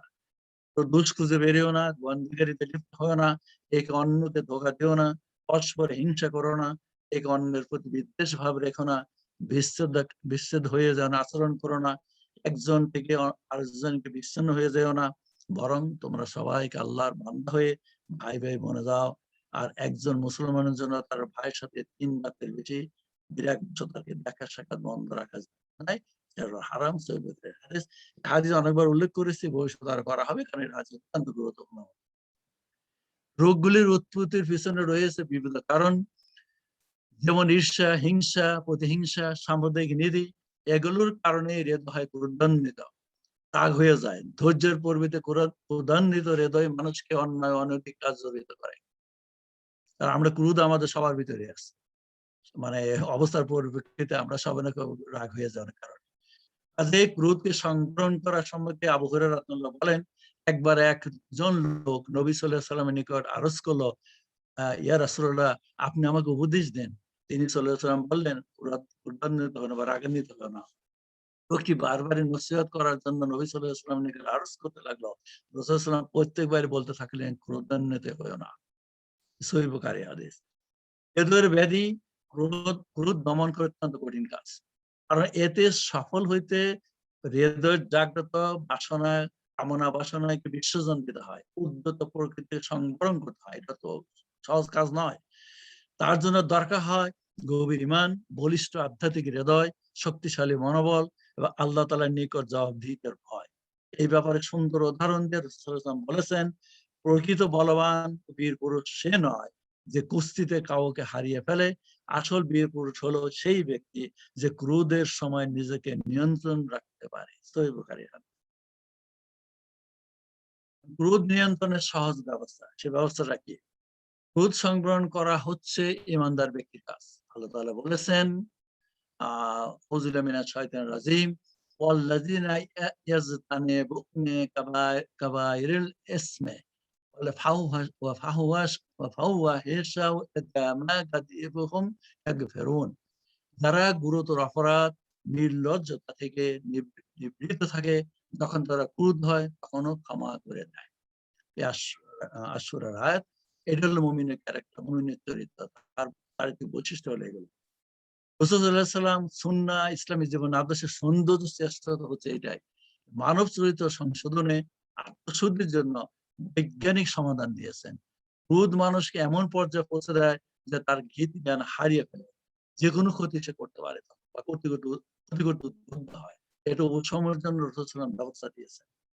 আবার যখন জিজ্ঞেস করলেন, হে আল্লাহ রাসূল, ক্রোধের চিকিৎসা কি? উত্তর রাসূল সাল্লাল্লাহু আলাইহি ওয়াসাল্লাম বললেন, কেউ যদি দাঁড়ানো অবস্থায় রাগান্বিত হয়, আর উচিত সাথে সাথে বসে পড়া, আর ক্রোধ না কমা পর্যন্ত ওই অবস্থা থাকা, অন্যথায় আর উচিত শুয়ে পড়া। সহিহ বুখারীর হাদিস এবং আবু দাউদের আছে। সুলাইমান ইবনে সুরাদ রাদিয়াল্লাহু তাআলা বর্ণনা করেন, একবার দুই ব্যক্তি রাসূল সাল্লাল্লাহু আলাইহি ওয়াসাল্লামের সম্মুখে গালমন্দে লিপ্ত হলো, মানে ক্রোধ হয়ে গেছে তাদের। আমরা তখন রাসূল সাল্লাল্লাহু আলাইহি ওয়াসাল্লামের কাছে বসা ছিলাম। তাদের একজন তার সাথীকে ক্রোধান্বিত হয়ে গালি দিচ্ছিল, রাগে তার চেহারা লাল হয়ে গিয়েছিল। রাসূল সাল্লাল্লাহু আলাইহি ওয়াসাল্লাম বললেন, আমি এমন একটি কথা জানি, যদি লোকটি তা বলতো তাহলে তার এই ক্রোধ থাকতো না। লোকটি আউযু বিল্লাহি মিনাশ শাইতানির রাজিম বলতো, কত ভালো হতো। সহিহ বুখারীর হাদিস। আর অংশ আছে, কিন্তু সময় না থাকাতে আমি আর এখানে উল্লেখ করি নাই। তাহলে দেখা যাচ্ছে হাদিস থেকে পরিষ্কার, ওই হাদিস থেকে, যে ক্রোধটার মানে শয়তানের কারসাজি, শয়তানের মানবের প্রবৃত্তি, বিভিন্ন চাহিদার বিভিন্ন ক্রোধকে মানে তার ভিতরে সঞ্চার করে এবং ক্রোধান্বিত সে হয়। তখন তার কি করতে হবে? একটা আছে উপরে হাদিসে, ধারণা থাকলে বসে পড়তে হবে, নাহলে ছুঁয়ে পড়তে হবে, নাহলে আউযু বিল্লাহি মিনাশ শাইতানির রাজিম বেস্ট। এটা আমাদের বলতে হবে। এটা আমরা ভুলে যাওয়া, আমরা জানি না। ভুলে গেলে চলবে না। হৃদয়ের সঞ্চিত ক্রোধ থেকে জন্ম নেয় অন্যান্য রোগ। পরচর্য করা, ঈর্ষা এবং প্রতিশোধ নেওয়ার ইচ্ছা হচ্ছে ক্রোধের বহিঃপ্রকাশ। মানবিক হৃদয়ের ক্রোধ রোগ সম্পর্কে উদাসীন অথবা রোগের ক্ষতির সম্পর্কে কোনো ধারণা নাই। হৃদয় পরিশোধনের ব্যবস্থা তাদের জানা নাই। তাই প্রতিকার না করায় বিশ্বজোড়া অশান্তি, অস্থিরতা, মানব জীবনে নিরাপত্তাহীন পরিস্থিতি বিরাজমান হচ্ছে। অন্যদের কথা বাদ দিয়ে না, মুসলিম উম্মার কথা, আমাদের কথা। আমরা আমাদের ওই ব্যাপারে সচেতন নই, আমরা উদাসীন। আমরা হয়তো যে জিনিসটা ব্যবহার করা উচিত ক্রোধকে দমন করার জন্য, নিজেদের পরিশোধন করা, সেটা ব্যবহার করি না। তার পরকাল জীবনের সাফল্য আল্লাহ তাআলার নিকট নিজ কর্মের প্রবৃত্তি অবৈধ চাহিদা জবাব দিয়ে কোনো করতে দেয় না। ধ্বংসত রোগের প্রতিকার নিয়ে উদ্বিগ্ন হয় না। কাজেই রোগে আক্রান্ত ব্যক্তিকে বুঝতে হবে তার হৃদয়ের রোগের সমস্যা রয়েছে, বা এর ক্ষতি সম্পর্কে অনুধাবন করতে হবে, ক্ষতি কতটুকু হতে পারে। অতঃপর যদি প্রতিকারের চেষ্টা করা হয়, ইনশাআল্লাহ অবশ্যই রোগ মুক্ত হতে পারে। মুসলিমদের ব্যাপারে কোনো অজুহাত নাই, কারণ তাদের জন্য রয়েছে প্রতিকারের সুনিশ্চিত ব্যবস্থা। বাস্তবতা অধিকাংশ মানুষের ভ্রান্ত ধারণা থাকে তাদের হৃদয়ের কোনো সমস্যা নাই, বরং সকল সমস্যা অন্যদের অথবা আধ্যাত্মিক রোগ সম্পর্কে তার অজ্ঞ। তাই বুঝতে পারে না যে এই সকল রোগে আক্রান্ত হওয়ার জন্য পরিবারে, সমাজে, সুস্থ রাজনৈতিক কর্মকাণ্ডে, রাষ্ট্র পরিচালনা, নৈতিকতা অবলম্বনে বাধাগ্রস্ত হচ্ছে। মুদ্রা কথা হলো, শয়তানের খেলার মধ্যে আমরা জীবনযাপন কাটাচ্ছি। মুসলিম সমাজ এই সকল রোগে বেশি আক্রান্ত, কারণ মানবতার চিরশত্রু শয়তানের জানা আছে যে সে মুসলিম উম্মাকে সহজে শিরকে জড়িত করতে পারবে না। মুসলিমদের প্রবৃত্তির অবৈধ চাহিদার সুযোগ নিয়ে মুসলিম পরিবারে, সমাজে, রাষ্ট্রে অশান্তি, ঝামেলার সৃষ্টিতে সর্বদা ব্যস্ত রয়েছে। সম্পর্কে রাসূল সাল্লাল্লাহু আলাইহি ওয়াসাল্লাম বিদায় হজের ভাষণে আমাদেরকে সতর্ক করেছেন। ইবনে আমর রাদিয়াল্লাহু তাআলা বলেন, আমি বিদায় হজে রাসূল সাল্লাল্লাহু আলাইহি ওয়াসাল্লামকে লোকদের উদ্দেশ্যে বলতে শুনেছি, জেনে রাখো তোমাদের এই শহর কখনো শয়তানের ইবাদত, মানে সরাসরি কেউ শরীক করবে না, করা হবে না। এই ব্যাপারে সে নিরাশ হয়ে গেছে। তবে যেসব কাজকে তোমরা তুচ্ছ মনে করো, সেই সব কাজে অচিরে তার অনুসরণ, মানে তার পদাঙ্ক অনুসরণ করা হবে, তাতে সে খুশি হবে। তিরমিজি হাদিস। পরচর্যা, পরনিন্দার অভ্যাস হৃদয়ের অন্যতম কঠিন রোগ। অথচ সকলের ধারণা এটা স্বাভাবিক বিষয়, এতে কোনো দোষ নাই। কারণ অন্যের ব্যাপারে কথা বলতে গেলে এগুলো আলোচনা করা ছাড়া তো সম্ভব নয়। তাই প্রায় সকল মানব সন্তানই এ গর্হিত কর্মে জড়িত থাকে। এই শয়তানের খেলা হলো এইটা। আমাদের মনের যে আকাঙ্ক্ষাটা, মনের ভিতরে যে চিন্তা চেতনার সৃষ্টি করা, এটা হলো শয়তানের খেলা। তো তো এই জন্য এই কারণে আমাদের সতর্ক দরকার। তবে এটা অনস্বীকার্য যে মুসলিম উম্মার অধিকাংশ এই কর্মকে প্রতিশোধ নেওয়ার জন্য ব্যবহার করে। তাতে তাতে তাদের ঈর্ষাপরণতা, প্রতিহিংসার রূপ প্রকাশ পায়। তাই মুসলিম উম্মাকে এই গর্হিত কর্ম থেকে দূরে থাকা তাগিদ দিয়ে আল্লাহ তাআলা বলেছেন, আমি অনুবাদ করছি সূরা হুজুরের আয়াত, হে বিশ্বাসীগণ, যতদূর সম্ভব সন্দেহ পরিহার করুন, নিশ্চয়ই কোনো কোনো ক্ষেত্রে সন্দেহ পাও, এবং তোমরা পরস্পরের উপর গোয়েন্দাগিরি করো না, এবং পরস্পর অগুঞ্চরে পরস্পরের নিন্দা করো না, মানে পরচর্চা। তোমাদের কেউ কি তার মৃত ভাইয়ের মাংস খেতে চাইবে?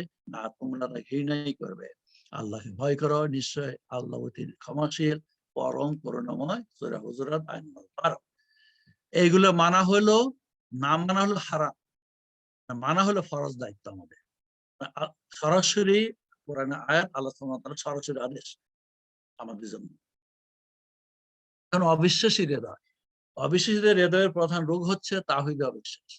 তাই তাদের আধ্যাত্মিক হৃদয় হচ্ছে মিলিত অন্ধকারে আবৃত। আর অন্যান্য পাপের সেখানে কোনো গুরুত্ব নাই, যেহেতু তার হৃদয় হলো মানে অন্ধকারে আবৃত, মানে যেটা তাওহীদের বিশ্বাস নাই। হৃদয়ের আলো পেতে হলে তাদেরকে অবশ্যই নিজের ধর্মে বিশ্বাসে যে ভ্রান্তি অন্ধকার রয়েছে তা বুঝতে হবে, এ সম্পর্কে প্রশ্ন করতে হবে। তারাই এ কাজ করেন, অথবা সত্য সন্ধানে সংগ্রামী হয়ে আল্লাহ আল কোরআনের সংস্পর্শ আসেন, তারাই পরম দয়াল আল্লাহ তাআলার অপার কৃপায় হৃদয়ের আলো দিয়ে অন্ধকার এদেরকে আলোকিত করে। এর প্রমাণ বিশ্বের সকল সমাজে বিরাজমান।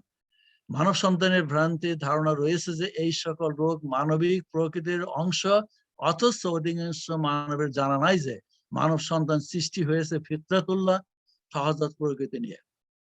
আমরা ধারণা করি বা মানুষ ধারণা করে যে এগুলো তো মানবিক গুণ, একটা মানব গুণ না, মানবিক প্রকৃতি, কিন্তু আসলে তা নয়, সেটা আমাদের বুঝতে হবে।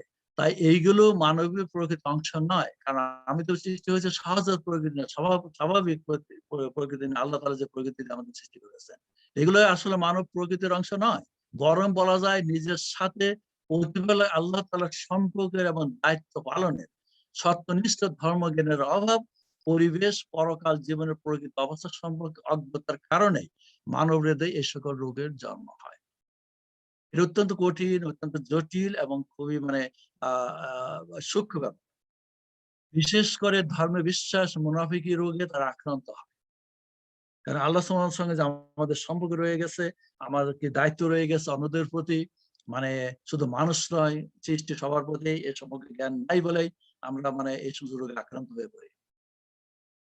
পরকালকে ভুলে প্রবৃত্তির অবৈধ চাহিদা পার্থিব জীবনে সাফল্য ব্যস্ত থাকলে এই সকল রোগের প্রতিফলন বাস্তব প্রকাশ পায়। কারণ আমরা পরকাল ভুলে যদি পার্থিব জীবনকে আমরা প্রধান মনে করি, তখনই এই রোগগুলো প্রকাশ পায়। হৃৎপিণ্ডের রোগ যেমন সুচিকিৎসা পেলে ভালো হয়, অনুরূপ আধ্যাত্মিক রোগও নিরাময় করা যায় যদি পার্থিব চাহিদাকে বেশি গুরুত্ব না দিয়ে পরকাল মুখী হয়ে আল্লাহ সচেতন হৃদয় পরহেজগারী চরিত্র অর্জন করা যায়। বুদ্ধ কথা ওইটাই, যে পার্থিব জীবন আমরা করবো, কিন্তু পরকালমুখী যদি হয়, আল্লাহ সচেতন জবাবের ভয় যদি, অবশ্যই আমরা এই রূপ থেকে মুক্তি হতে পারবো, আমরা চেষ্টা করব। মুসলিম উম্মার জন্য এটা আবশ্যক দায়িত্ব আমাদের জন্য।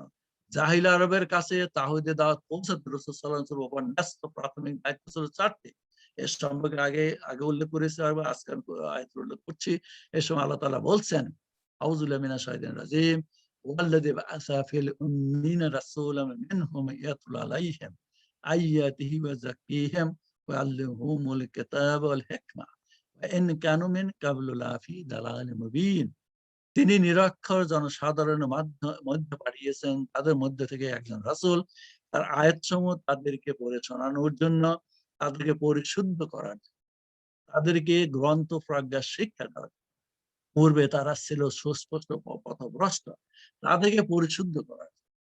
এটা অত্যন্ত ইম্পর্টেন্ট। এই পরিশুদ্ধের কথা আমরা বলছি এখানে। আল কোরআনে পবিত্র বাণীতে জাহেলি সমাজে কুলসিত হৃদয়কে পরিশোধন করে, যাতে তাদের হৃদয় আল্লাহ তাআলা প্রদত্ত পবিত্র বিধিনিষেধ স্বতঃস্ফূর্ত ভাবে গ্রহণের দ্বিধা না থাকে। রাসূল সাল্লাল্লাহু আলাইহি ওয়াসাল্লাম ব্যবহারিক সুন্নাহ অবলম্বনে ধীর শক্তি ও প্রজ্ঞা ব্যবহারে তারা যেন জীবনযাপন করে পরবর্তীতে যেন শিক্ষণীয় উদাহরণ সৃষ্টি করতে পারে। তারা সেটা করেছেন সাহাবারা আমাদের জন্য। এই শিক্ষাও তাদেরকে রাসূল সাল্লাল্লাহু আলাইহি ওয়াসাল্লাম দিয়েছিলেন। এইভাবে মক্কার প্রাথমিক মুসলিমদের কলুষিত হৃদয় পরিশুদ্ধ হওয়ার পর তারা যখন মদিনায় হিজরত করলেন, তখন ইসলামী পরিপূর্ণ জীবন আদর্শের পবিত্র বিধি-নিষেধ নাযিল হওয়া শুরু হয়। এইগুলো মেনে চলতে তাদের হৃদয়ে কোনো সংশয় সৃষ্টি হয়নি, বরং আয়াত নাযিল হওয়ার সাথে সাথে তারা পরিপূর্ণভাবে গ্রহণ করেছিলেন। আমরাও যদি আল কোরআনে বর্ণিত বিধি-নিষেধ আমার রাসূল সাল্লাল্লাহু আলাইহি ওয়াসাল্লাম সহিহ সুন্নাহ আলোকে স্বীয় হৃদয় পবিত্র করতে উদ্যোগ গ্রহণ করি, তাহলে ইনশাআল্লাহ আমরা অবশ্যই ইসলামী শরীয়তে সম্পূর্ণরূপে আত্মসমর্পণ করতে পিছপা হব না এবং আমাদের হৃদয়কে পরিশোধন করতে পারবো। কারণ এই কঠিন কাজে সফল হইতে শয়তানি কুমন্ত্রণা কৌশল, শয়তানি কর্ম প্রতিহত করার যোগ্যতা ইনশাআল্লাহ আমরা অর্জন করতে পারবো, যদি আমরা সেটা চাই। আদারওয়াইজ আমরা সেটা করতে পারবো না। প্রসঙ্গত উল্লেখ, মদ্যপান ছিল তাদের সামাজিক রীতি। প্রায় সকলে মদ্যপান করতেন। মদ্যপান হারাম ঘোষণা সম্পৃক্ত আয়াত নাজিল হলে কোন প্রশ্ন ব্যতিরেকে সকলে একসাথে মদ্যপান পরিহার করেন এবং সেটা মদিনাতে ঘটেছিল। এই জন্যই উম্মার মাতা আয়েশা রাদিয়াল্লাহু তাআলা বলতেন, মক্কা যদি এই সকল বিধিনির্দেশ নাজিল হতো তাহলে কেউ অত সহজে অভ্যাস পরিহার করতে পারতো না। তখন ছিল না, প্রস্তুত ছিল না, পরিশোধন ছিল না। অর্থাৎ তাদের পরিশুদ্ধ হৃদয়, পবিত্র হৃদয় আল্লাহর আদেশ গ্রহণ তৈরি ছিল বা তৈরি হয়েছিল। সেই কাজটা আমাদের করা দরকার। আল্লাহ তাআলার হাবিব সর্বশ্রেষ্ঠ রাসূল ও মানব অতি অল্প সময় আরবে মানব কলুষিত হৃদয় পরিশোধনে যে আলোড়ন বিপ্লব সৃষ্টি করেছিলেন তা নজিরবিহীন। আজও মানব সমাজে তার জোয়ার বয়ে যাচ্ছে। কাজে বলা যায়, আধ্যাত্মিক হৃদয় অর্জনে, কলুষিত হৃদয় পরিশোধনে রাসূল সাল্লাল্লাহু আলাইহি ওয়াসাল্লামের শিক্ষা প্রদত্ত ব্যবস্থা হচ্ছে ব্যবস্থা আমাদের কাছে সহজলভ্য। তবে কেন আমরা এর ব্যবহার থেকে দূরে থাকি, উদাসীন অবস্থায় জীবন কাটিয়ে দিই? এই প্রশ্ন আমাদের করতে হবে, তার উত্তর খুঁজে বের করতে হবে।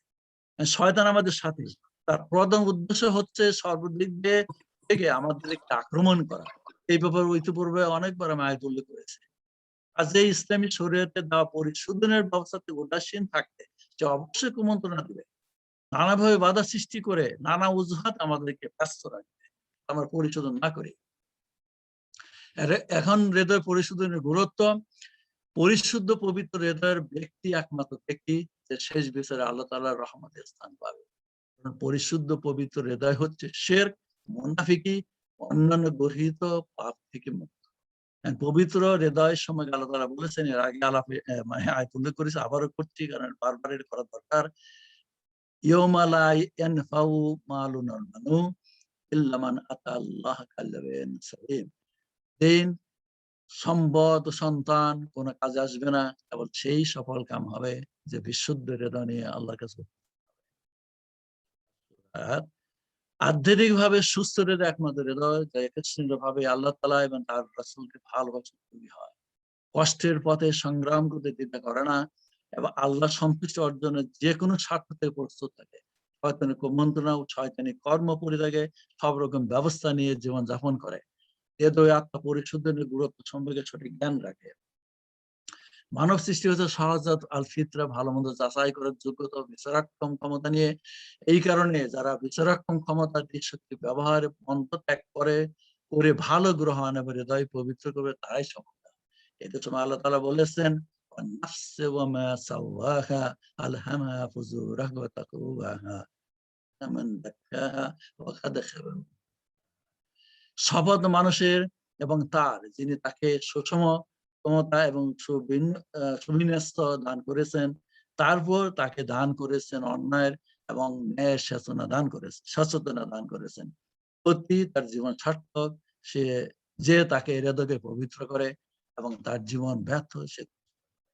আল্লাহ তাআলা প্রদত্ত জ্ঞান অর্জন করে নিজেকে পবিত্র করবে না, শয়তানের কুমন্ত্র শয়তানি কর্মে জড়িত থেকে হৃদয় কলুষিত করবে রাখবে, তারাই পরকালে ব্যর্থ। আত্মশুদ্ধির রাস্তা।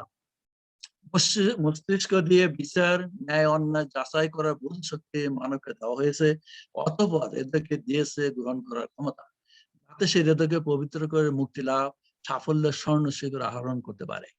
এই কাজ সঠিকভাবে করতে হৃদয় দিয়ে ভালোবেসে মানবের প্রতি দরিদ্র হওয়া, নিজ প্রবৃত্তি চাহিদার বিরুদ্ধে সংগ্রাম করা, মানব কল্যাণের স্বার্থ থেকে হওয়ার প্রত্য ধৈর্যশীল সংযম হওয়া আবশ্যক। যারা আল্লাহ তাআলা ভালোবাসা প্রার্থী বিষয়দের স্বার্থ থেকে হয়ে মানুষের কল্যাণে নিজেকে নিবেদন করবেন, তারা হৃদয় পরিশোধন করতে পারেন। অন্যথা যারা এই বিপরীতে জীবনযাপন করে প্রবৃত্তির চাহিদার দাস হয়ে যায়, তারা নিজের আত্মশুদ্ধির পথ থেকে দূরে চলে গিয়ে নিজেকে হৃদয়কে কুলসিত করে ফেলে। আল কোরআনে আল্লাহ তাআলার কাছ আল কোরআনকে আল্লাহ তাআলা করেছেন মুমিনদের জন্য হেদায়েত এবং রোগের প্রতিকার। হৃদয় স্থাপিত রোগ নিরাময়ের জন্য মহা ঔষধ। আর যারা মুমিন নয় তাদের জন্য বন্ধত্ব। আল্লাহ তাআলা বলেছেন, আমি অনুবাদ করছি, আমি কোরআন এমন বিষয় নাজিল করি যা রোগের সুচিকিৎসা, মুমিনদের জন্য রাহমাত, গুনাহগারদের তো এতে শুধু ক্ষতি বৃদ্ধি করে। সূরা বনী ইসরাঈল আয়াত ২৩। তারপরে সূরা ফুসিলাতে ৪৪ নম্বর আয়াত, বলুন এটি মানে কোরআন বিশ্বাসীদের হেদায়েত এবং রোগের প্রতিকার। মুমিন নয় তাদের কানে আছে সিফি, আল কোরআনে তাদের জন্য অন্ধত, তাদেরকে যেন দূরবর্তী স্থান থেকে আহ্বান করা হয়। সূরা হামিম সিজদা ফুসিলাতের আয়াত। তার অর্থ হলো কোরআন শুনেও তাদের অন্তরে ঢোকে না। মানবের প্রতি আল্লাহ তাআলার অনুগ্রহ নিয়ামতের কথা স্মরণ করে আত্মশুদ্ধির ব্যাপারে আল্লাহ তাআলা বলেছেন,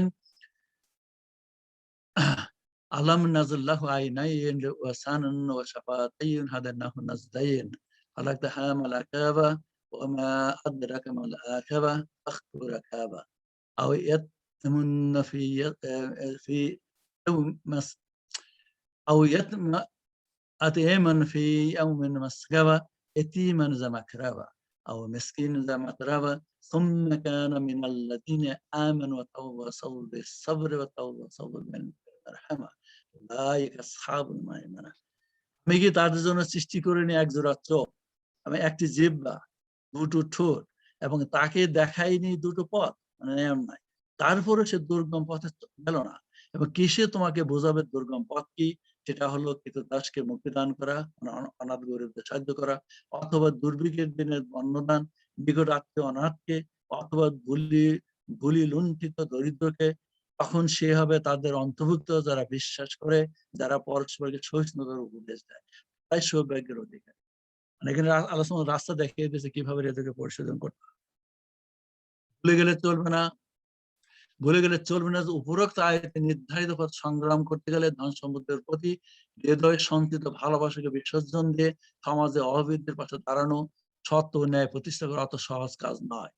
কারণ প্রবৃত্তির অবাধ লালসার দাস না হয়ে ন্যায় অন্যায় বিচার বিবেচনা করে ধন সম্পদ অর্জনের বৈধ যে পন্থা সমূহ দেওয়া হয়েছে তা পরিত্যাগ করা, অপরের কল্যাণে আত্মস্বীকার হচ্ছে হলো দুর্গম পথ, কঠিন পথ।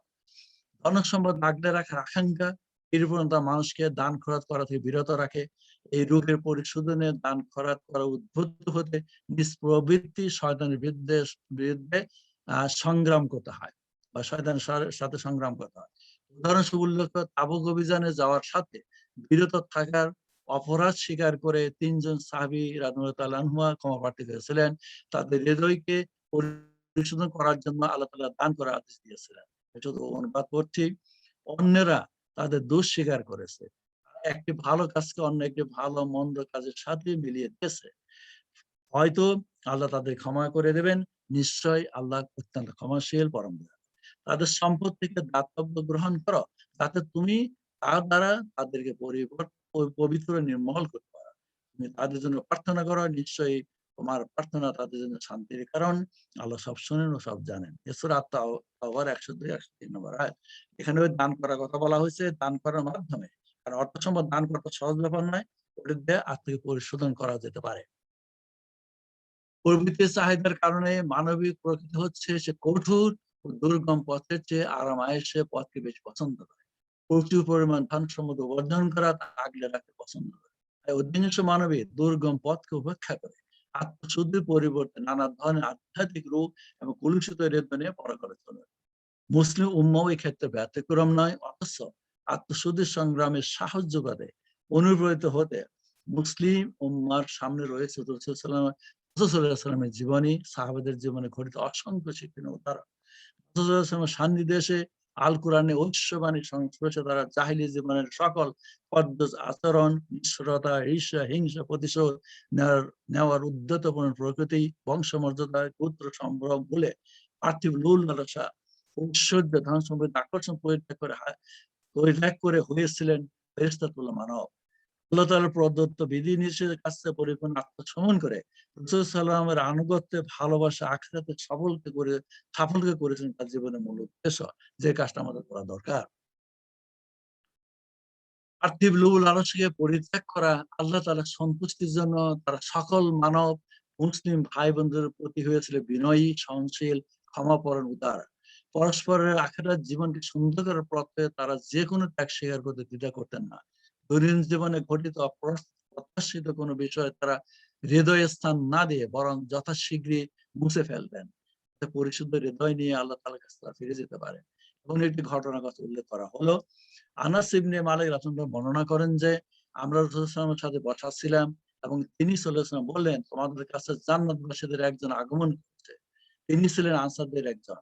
তার দাড়ি ছিল ওজুর পানিতে ভেজা, বাম হাতে তার উভয় জুতা বহন করছিল। এরপর দ্বিতীয় তৃতীয় দিনও উক্ত ব্যক্তি সম্পর্কে রাসূল সাল্লাল্লাহু আলাইহি ওয়াসাল্লাম একই কথা বললেন। অতঃপর রাসূল সাল্লাল্লাহু আলাইহি ওয়াসাল্লাম যখন চলে যাওয়ার জন্য উঠে দাঁড়ালেন, তখন আব্দুল্লাহ ইবনে আমর রাদিয়াল্লাহু আনহু লোকটিকে অনুসরণ করলেন। বললেন, আমি আমার বাবার সাথে বিতর্ক করেছি এবং ৩ দিনের জন্য ঘরে প্রবেশ না করার শপথ নিয়েছেন। আমি কি তোমার সঙ্গে থাকতে পারি? লোকটি বলল, হ্যাঁ, থাকতে পারো। আব্দুল্লাহ রাদিয়াল্লাহু তাআলা ৩ রাত থাকলেন, কিন্তু রাতের বেলায় তিনি কখনো তাকে বিশেষভাবে ইবাদত বা প্রার্থনা করতে দেখেননি।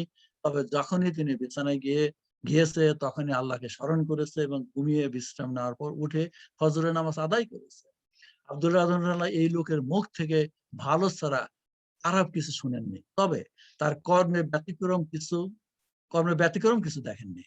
আব্দুল্লাহ রাদিয়াল্লাহু বলেন, হে আল্লাহর বান্দা, আমি আমার বাবার সাথে বিবাদ করিনি, না আমি তার সাথে সম্পর্ক নষ্ট করেছি। আমি রাসূল সাল্লাল্লাহু আলাইহি ওয়াসাল্লামকে তোমার সম্পর্কে ৩ বার বলতে শুনেছি, জান্নাতে বসবাসকারীদের একজন তুমি। তাই আমি চিন্তা করলাম, আমি তোমার সাথে থেকে দেখতে চাই তুমি এমন কি করো যা আমি অনুসরণ করতে পারি। কিন্তু আমি তোমার মধ্যে ব্যতিক্রম কোনো কিছু দেখলাম না। তবে কেন রাসূল সাল্লাল্লাহু আলাইহি ওয়াসাল্লাম তোমার সম্পর্কে এমন উচ্চ মর্যাদার কথা বললেন? সে লোকটি বলল, তুমি আমাকে যেমন দেখছ আমি সেই রকমই। অতঃপর আব্দুল্লাহ যখন রওনা হলেন তখন লোকটি বললেন, আমাকে যেরকম দেখছ, তবে কোনো মুসলিম ভাইয়ের প্রতি আমার হৃদয়ে খারাপ ধারণা রাখি না এবং কারোর প্রতি ঈর্ষা পোষণ করি না, যাদেরকে আল্লাহ তাআলা আমার চেয়ে বেশি সম্পদ দান করেছেন। আব্দুল্লাহ বললেন, এইটি তোমার ব্যতিক্রম বৈশিষ্ট্য, যা তুমি অর্জন করেছো কিন্তু আমরা করতে পারিনি। কত সুন্দর শিক্ষণীয় ঘটনা আমাদের জন্য। আমরা কি যা শুনলাম আমি সহ, আমরা কি এটা মানতে পারবো? আমরা কি জীবনে এটা প্রতিষ্ঠিত করতে পারবো? যে অন্য ভাইদের প্রতি যে ধারণা থাকে আমাদের, যে ধারণায় আমরা ঘুমোতে যাই, সে ধারণাকে আমরা পরিবর্তন করতে পারবো? এটার জন্য আমাদের ডিটারমিন হওয়া উচিত, প্রতিজ্ঞা করা উচিত। আল্লাহ ভরসা রেখে, আল্লাহকে সাক্ষী রেখে আমাদের প্রতিজ্ঞা করা উচিত, হ্যাঁ আমরা এটা করবো। এটারও পরিশোধনের কথা। আত্মা পরিশোধনের মানে মেইন জিনিস তো এখানে। অর্থাৎ সে ছিল ক্ষমাপরায়ণ, সহনশীল। আল্লাহ তাআলা ও রাসূল সাল্লাল্লাহু আলাইহি ভালোবাসায় মুসলিম ভাইয়ের কল্যাণে তার হৃদয় ছিল পরিশুদ্ধ, পবিত্র। অতএব বলাই ভালো যে মুসলিম উম্মার নৈতিক আবশ্যক দায়িত্ব সাহাবীদের জীবন সম্পর্কে জানা এবং নিজের স্বার্থে শিক্ষা গ্রহণ করা। আধ্যাত্মিকভাবে বিহিত আরব সমাজ আল্লাহ তাআলার খাস অনুগ্রহে রাসূল সাল্লাল্লাহু আলাইহি ওয়াসাল্লাম শান্তির যেভাবে পরিশোধনের জোয়ারে নতুন প্রাণ নিয়ে জেগে উঠেছিল, আজও তা বিদ্যমান আছে। রাসূল সাল্লাল্লাহু আলাইহি ওয়াসাল্লামের সাথী হিসাবে তার রাসূল সাল্লাল্লাহু আলাইহি ওয়াসাল্লামের নেতৃত্বে, আনুগত্যে যে স্বর্ণোজ্জ্বল জীবন আদর্শে নিদর্শন রেখে গেছেন, তাহা উম্মার হৃদয় পরিশোধনের অন্যতম উপাদান। যদি আমরা শিক্ষা গ্রহণ করি, মনে রাখা প্রয়োজন, প্রত্যেক মানব সন্তানের হৃদয়ে রয়েছে আধ্যাত্মিক আলো, যে আলো তাহিদের এবং পবিত্র আল কোরআনে আলোর পরশে আর উজ্জ্বল হয়। আল্লাহ তাআলার উপর ঈমান মজবুত, আল্লাহ তাআলা এবং রাসূল সাল্লাল্লাহু আলাইহি ওয়াসাল্লাম ভালোবাসার স্বার্থে উদ্বুদ্ধ হয়। হৃদয় পরিশোধনের জন্য যা দেয় অদমিত শক্তি। অন্যদিকে আল কোরআনের আলোর পরশের অভাবে তাওহীদে বিশ্বাসীদের হৃদয় হচ্ছে পুরোপুরি অন্ধকার। অনুরূপ বিশ্বাসী যখন গঠিতভাবে জড়িত থাকে, মুনাফি আচরণ গ্রহণ করে, তখন তাদের আলো ক্রমশ কমতে থাকে, ঈমান হয়ে যায় দুর্বল। গহিত কর্ম যেমন ঈর্ষা, হিংসা, প্রতিহিংসা, পরচর্চা, মিথ্যা বলা, নিজের কর্ম সম্পর্কে গর্ব করা, প্রশংসা পাওয়ার ইচ্ছে, অন্যদেরকে অবজ্ঞা করা, অতি লোভ লালসা, শিক্ষা, সামাজিক অবস্থানে বড়াই করা, ধন সম্পদ আগলে রাখার অদম্য ইচ্ছা, এরপর ইত্যাদি হৃদয় পোষণ করলে কলুষিত হয়ে যায় হৃদয়। নিয়মিতভাবে এগুলো লালন করলে, যারা আমরা অনেকে করি বা আমরা করি, আমি তাদের একজন, হৃদয়ে আলো কালো ছায়া ঢাকা পড়ে। আবু হুরায়রা রাদিয়াল্লাহু আনহু বর্ণনা করেন যে রাসূলুল্লাহ বলেছেন, বান্দা যখন পাপ করে তখন তার হৃদয়ে একটি দাগ, কালো দাগ। যদি সে পাপকে পরিত্যাগ করে ক্ষমা চায়, অনুতপ্ত হয়, তবে তার হৃদয় পরিষ্কার হয়। আর যদি সে পাপে ফিরে যায়, নিয়মিতভাবে জড়িত থাকে, তখন তার পুরো হৃদয় কালো দাগে আবৃত হয়ে যায়। এটি এমন আবরণ যা আল্লাহ তাআলা উল্লেখ করেছেন, কাল্লা বাল রানা আলা কুলুবিহিম মা কানু ইয়াকসিবুন। কখনো না, বরং তারা যা করে মানে পাপকর্ম, তাই তাদের হৃদয়ে মরিচিয়া ধরিয়া দিয়েছে। হলো মানে সূরা মুতাফিফিন আয়াত, আর এর হাদিস হলো তিরমিজি হাদিস। উপরোক্ত বৈশিষ্ট্য ছিল তাহলে আরবের চারিত্রিক গুণাগুণ ইসলামের আলোতে এসে তারা হৃদয় পরিবর্তন করে চেষ্টা মানবে পরিণত হয়েছিলেন। অত বলার অপেক্ষা রাখে না। এইরকম উদাহরণ থাকা সত্ত্বেও মুসলিম উম্মাহ যদি নিজ হৃদয়ের পরিশোধন উদ্যোগী না হয়, তাহলে অবশ্যই তারা ইমানের ক্ষেত্রে অত্যন্ত দুর্বল, আখিরাতে কোনো গুরুত্ব দেয় না।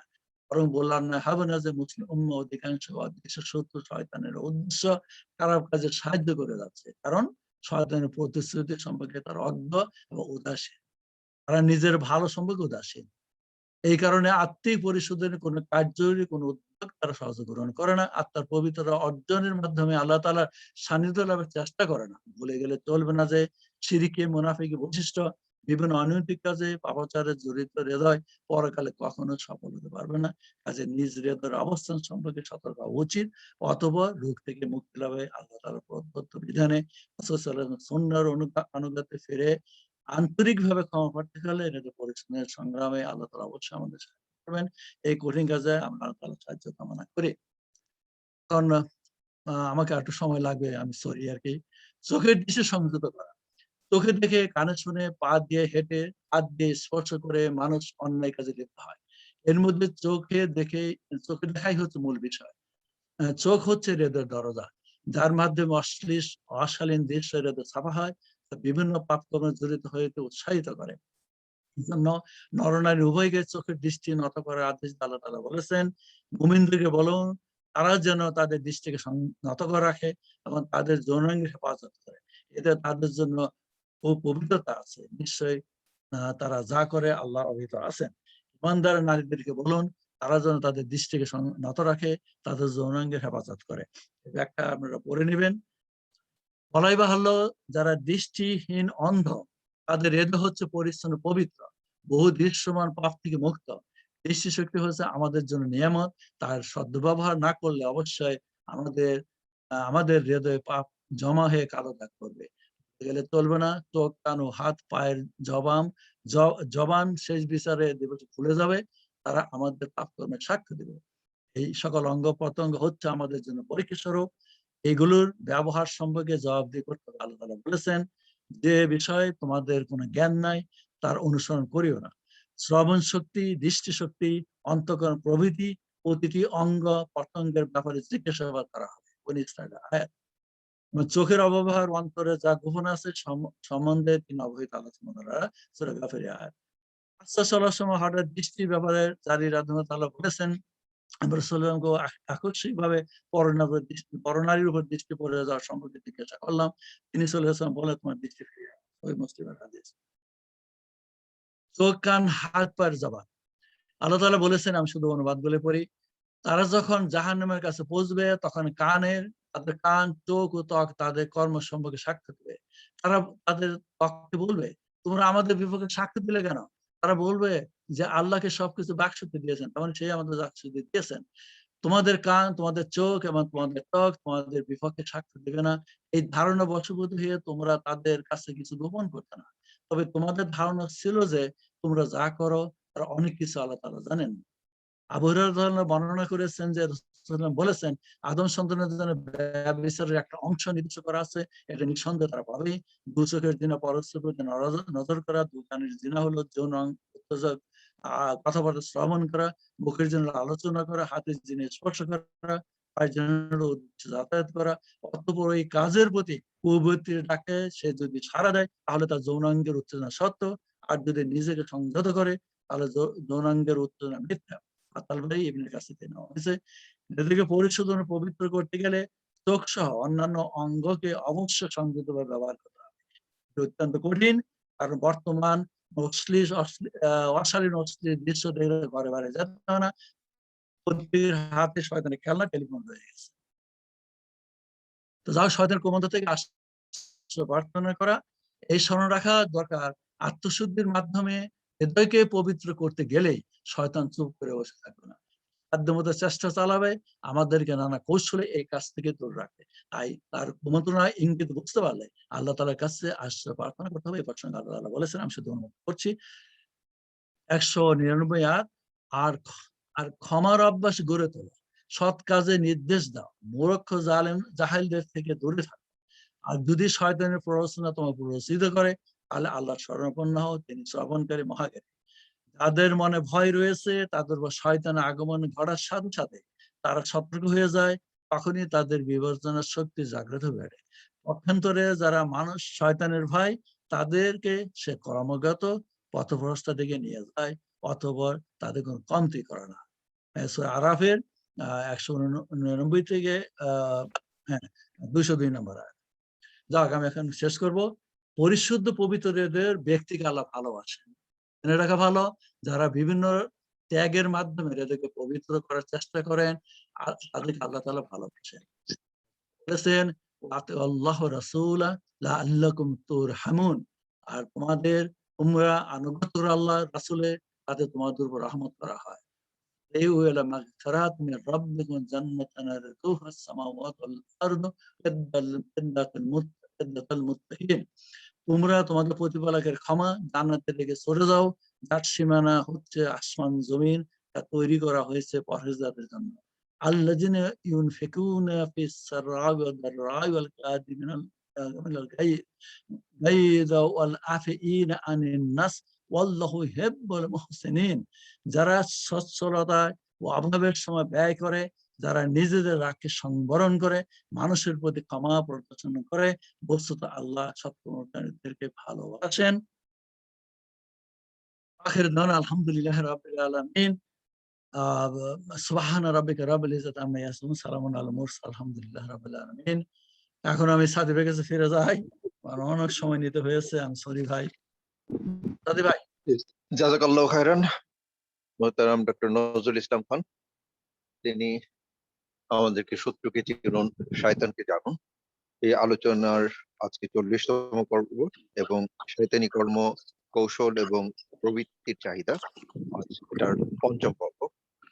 আমরা অত্যন্ত গুরুত্বপূর্ণ বিষয়গুলো জানলাম এবং এই অনেকগুলো বিষয় আমাদের জানা আবার অজানা, যেমন এগুলো আমরা ভুলে যাই এবং এটা যে শয়তানের কর্ম এটা আমরা বুঝতে পারি, কারণ আমাদের যে শত্রু সে আমাদের অন্তরে অশ্বাসা দেয়, আমাদেরকে ধোঁকার মধ্যে পতিত করে। এজন্য আল্লাহ সুবহানাহু ওয়া তাআলার কাছে সাহায্য চাওয়া এটাই আমাদের জন্য বেশি জরুরি। এবং উমাইয়া তাওয়াক্কাল আলাল্লাহ ফাহুয়া হাসবি, আল্লাহর উপর যে তাওয়াক্কুল করলো আল্লাহ তার জন্য যথেষ্ট। আর শয়তান থেকে বাঁচা আসলে এটা কারোর জন্যই খুব সহজ বিষয় না। এখানে নজরুল ইসলাম ভাই যে কথাগুলো বললেন এটা আমি জানি যে এটা একটা বড় চ্যালেঞ্জ। আলহামদুলিল্লাহ, আল্লাহ তাকে নেক দান করুন এবং তার যোগ্যতা, শক্তি, সামর্থ্য আরো বাড়িয়ে দিন। প্রতি সপ্তাহে এরকম একটি উপস্থাপনা তৈরি করা এটা একটা বিশাল চ্যালেঞ্জ, একটা জিহাদের মাধ্যম। আল্লাহ যেন এই কাজগুলো কবুল করেন। আপনারা দোয়া করবেন। আমাদের হাতে অল্প কিছু সময় আছে, যে এখন বোধহয় ডক্টর নজরুল ইসলাম ভাই আসসালামু আলাইকুম রহমতুল্লাহ। অনেক ওয়ালাইকুম নজরুল ভাইকে অনেক অনেক মোবারকবাদ, ধন্যবাদ। সাদি ভাইকেও ধন্যবাদ। আমি একটা জিনিস শেয়ার করব। আমাদের দেশে বা বিভিন্ন দেশে কল্ব এবং রূহ দ্বারা কেউ কেউ জিকির করে এবং এখানে তারা 6টা পরিভাষা তারা ব্যবহার করে। কাল্ব, রূহ, সির, খাফি, আখফা এবং নাফস। এই ছয়টাকে তারা একসাথে লতিফা বলে। লতিফা এগুলোর জিকির করে এবং এগুলো দিয়ে মানুষকে প্রভাবিত করে। ইসলামে এই ধরনের প্রকৃতির জিকিরের কোনো ভিত্তি নেই। এগুলো নতুন বেদাত। এটা আমাদেরকে সতর্ক থাকতে হবে। নজরুল ভাই অত্যন্ত সুন্দর আলোচনা করছেন। তিনি আমাদের আত্মশুদ্ধির জন্যই তিনি মূলত আমাদের এই আলোচনাটা করেছেন। আমরা আশা করি আমরা সবাই এটা অনুসরণ করব এবং আমরা আমাদের আল্লাহ যেভাবে আমাদের আত্মাকে পরিশুদ্ধ করতে বলেছেন সেভাবে আমরা যদি করি, অন্য কারো দ্বারা যেগুলো রাসূল সাল্লাল্লাহু আলাইহি ওয়াসাল্লামের যুগে ছিল না, আমরা যদি প্রভাবিত না হই তাহলে আমাদের কল্যাণ হবে। আরেকটা জিনিস আমি বলতে চাই যে এখানে মুনাফিকদের প্রসঙ্গ আসছে। ঈমানদারদের কথা তো আসছে, কাফেরদের ব্যাপারে আমরা সুস্পষ্টভাবে জানি। কিন্তু মুনাফিকরা নজরুল ভাই সুন্দরভাবে বলেছেন যে দুই তরফ। এবং রাসূল সাল্লাল্লাহু আলাইহি ওয়াসাল্লামের যুগে সবচেয়ে বড় মুনাফিকদের লিডার ছিল আব্দুল্লাহ ইবনে উবাই ইবনে সুলুল আল খাজরাজ গোত্রের আর কি। এরা মদিনার মুনাফিকরা ইহুদিদের দোসর ছিল, ইসলাম এবং মুসলমানদের বিরুদ্ধে গুজব রটনা করেছে, বা ইহুদি মুশরিক কুরাইশদের সাথে যোগাযোগ স্থাপন করেছে, ইসলামী আন্দোলনের বিরুদ্ধে এরা ইন্ধন দিয়েছে, রাসূল সাল্লাল্লাহু আলাইহি ওয়াসাল্লামের পরিবার সম্পর্কে এরা গুজব ছড়িয়েছে, মুসলিমদের বিরুদ্ধে এরা মানে বিদ্বেষ ছড়িয়েছে। এবং সবচেয়ে বড় মারাত্মক কাজ এরা করছিল যে আয়েশা রাদিয়াল্লাহু তাআলা আনহার বিরুদ্ধে, উম্মুল মুমিনিনের বিরুদ্ধে চারিত্রিক অপবাদ তারা দিয়েছে মুনাফিকরা।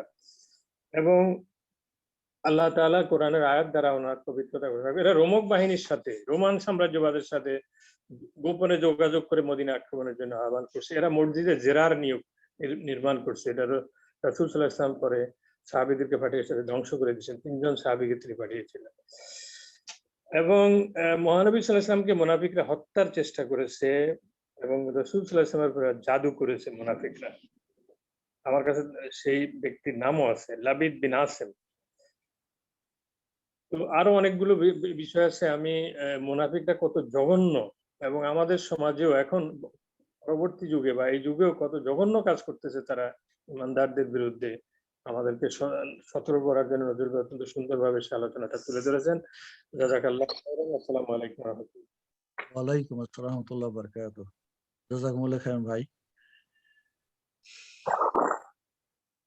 জি, জাযাকাল্লাহু খাইরান। ডক্টর নুরুল ইসলাম ভাই গুরুত্বপূর্ণ বিষয়গুলো কমপ্লিমেন্ট করলেন। আসলে আমাদের এই জন্য কোরআনের পাশাপাশি আমাদেরকে সুন্নাহগুলো জানা দরকার যে নেক কি হবে, এটা গুরুত্বপূর্ণ।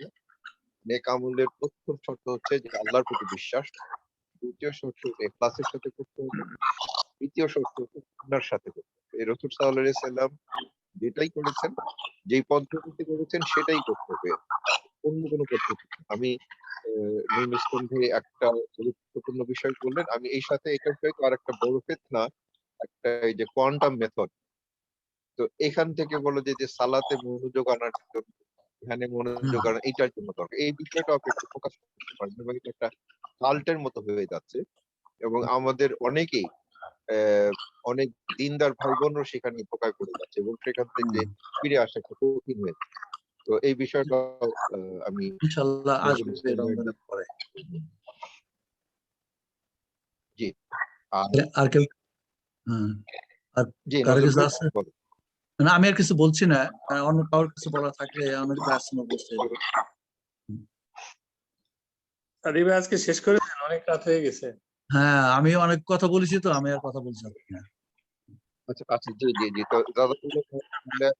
আমরা রমজানের মধ্যে আরেকটা প্রোগ্রাম ইনশাআল্লাহ আরেকবার পাবো। হবে, পাবো ইনশাআল্লাহ। মানে যেহেতু নজরুল ভাইয়ের জন্য অসুবিধা হবে, এই আলোচনাটা হবে না। তবে আমরা ইনশাআল্লাহ আমাদের আইএফএম এর নির্ধারিত প্রোগ্রাম বিকাল ৩টা থেকে ৪টা পর্যন্ত ইনশাআল্লাহ হবে এবং এটা হয়তোবা আমাদের একটা প্রস্তাব আছে যে প্রতিদিন করার। গত রমজান আমাদের এটা প্রতিদিনই হয়েছিল। যদি লকডাউন থাকে এবং আমাদের রিসোর্স অ্যাভেলেবল হয়, হতে পারে যে ইনশাআল্লাহ আমরা প্রতিদিনও করতে পারি। এটা সবারই আমাদের participation, তাদের আগ্রহ, সুযোগ, সুবিধা সবকিছু বিবেচনায় আমরা হয়তো আগামী রোববারে এই বিষয়ে আপনাদেরকে কনফার্ম করতে পারবো ইনশাআল্লাহ। তো আজকে আমাদের নির্ধারিত সময় শেষ। আমি আমাদের সম্মানিত রিসোর্স নজরুল ইসলাম খান এবং সকল অংশগ্রহণকারীকে আন্তরিক ধন্যবাদ ও মোবারকবাদ জানাচ্ছি এবং আল্লাহ সুবহানাহু ওয়া তাআলার কাছে সবারই আমাদের শারীরিক সুস্থতা, নিরাপত্তা, মানসিক সুস্থতা এবং আমাদের জীবন জীবিকার সর্বক্ষেত্রে বারাকা পেয়ে সার্বিক কল্যাণ চেয়ে আজকের অনুষ্ঠানটি এখানে শেষ করছি। সুবহানাকাল্লাহুম্মা ওয়া বিহামদিকা আশহাদু আল্লা ইলাহা ইল্লা আনতা আস্তাগফিরুকা ওয়া আতুবু ইলাইক। আসসালামু আলাইকুম ওয়া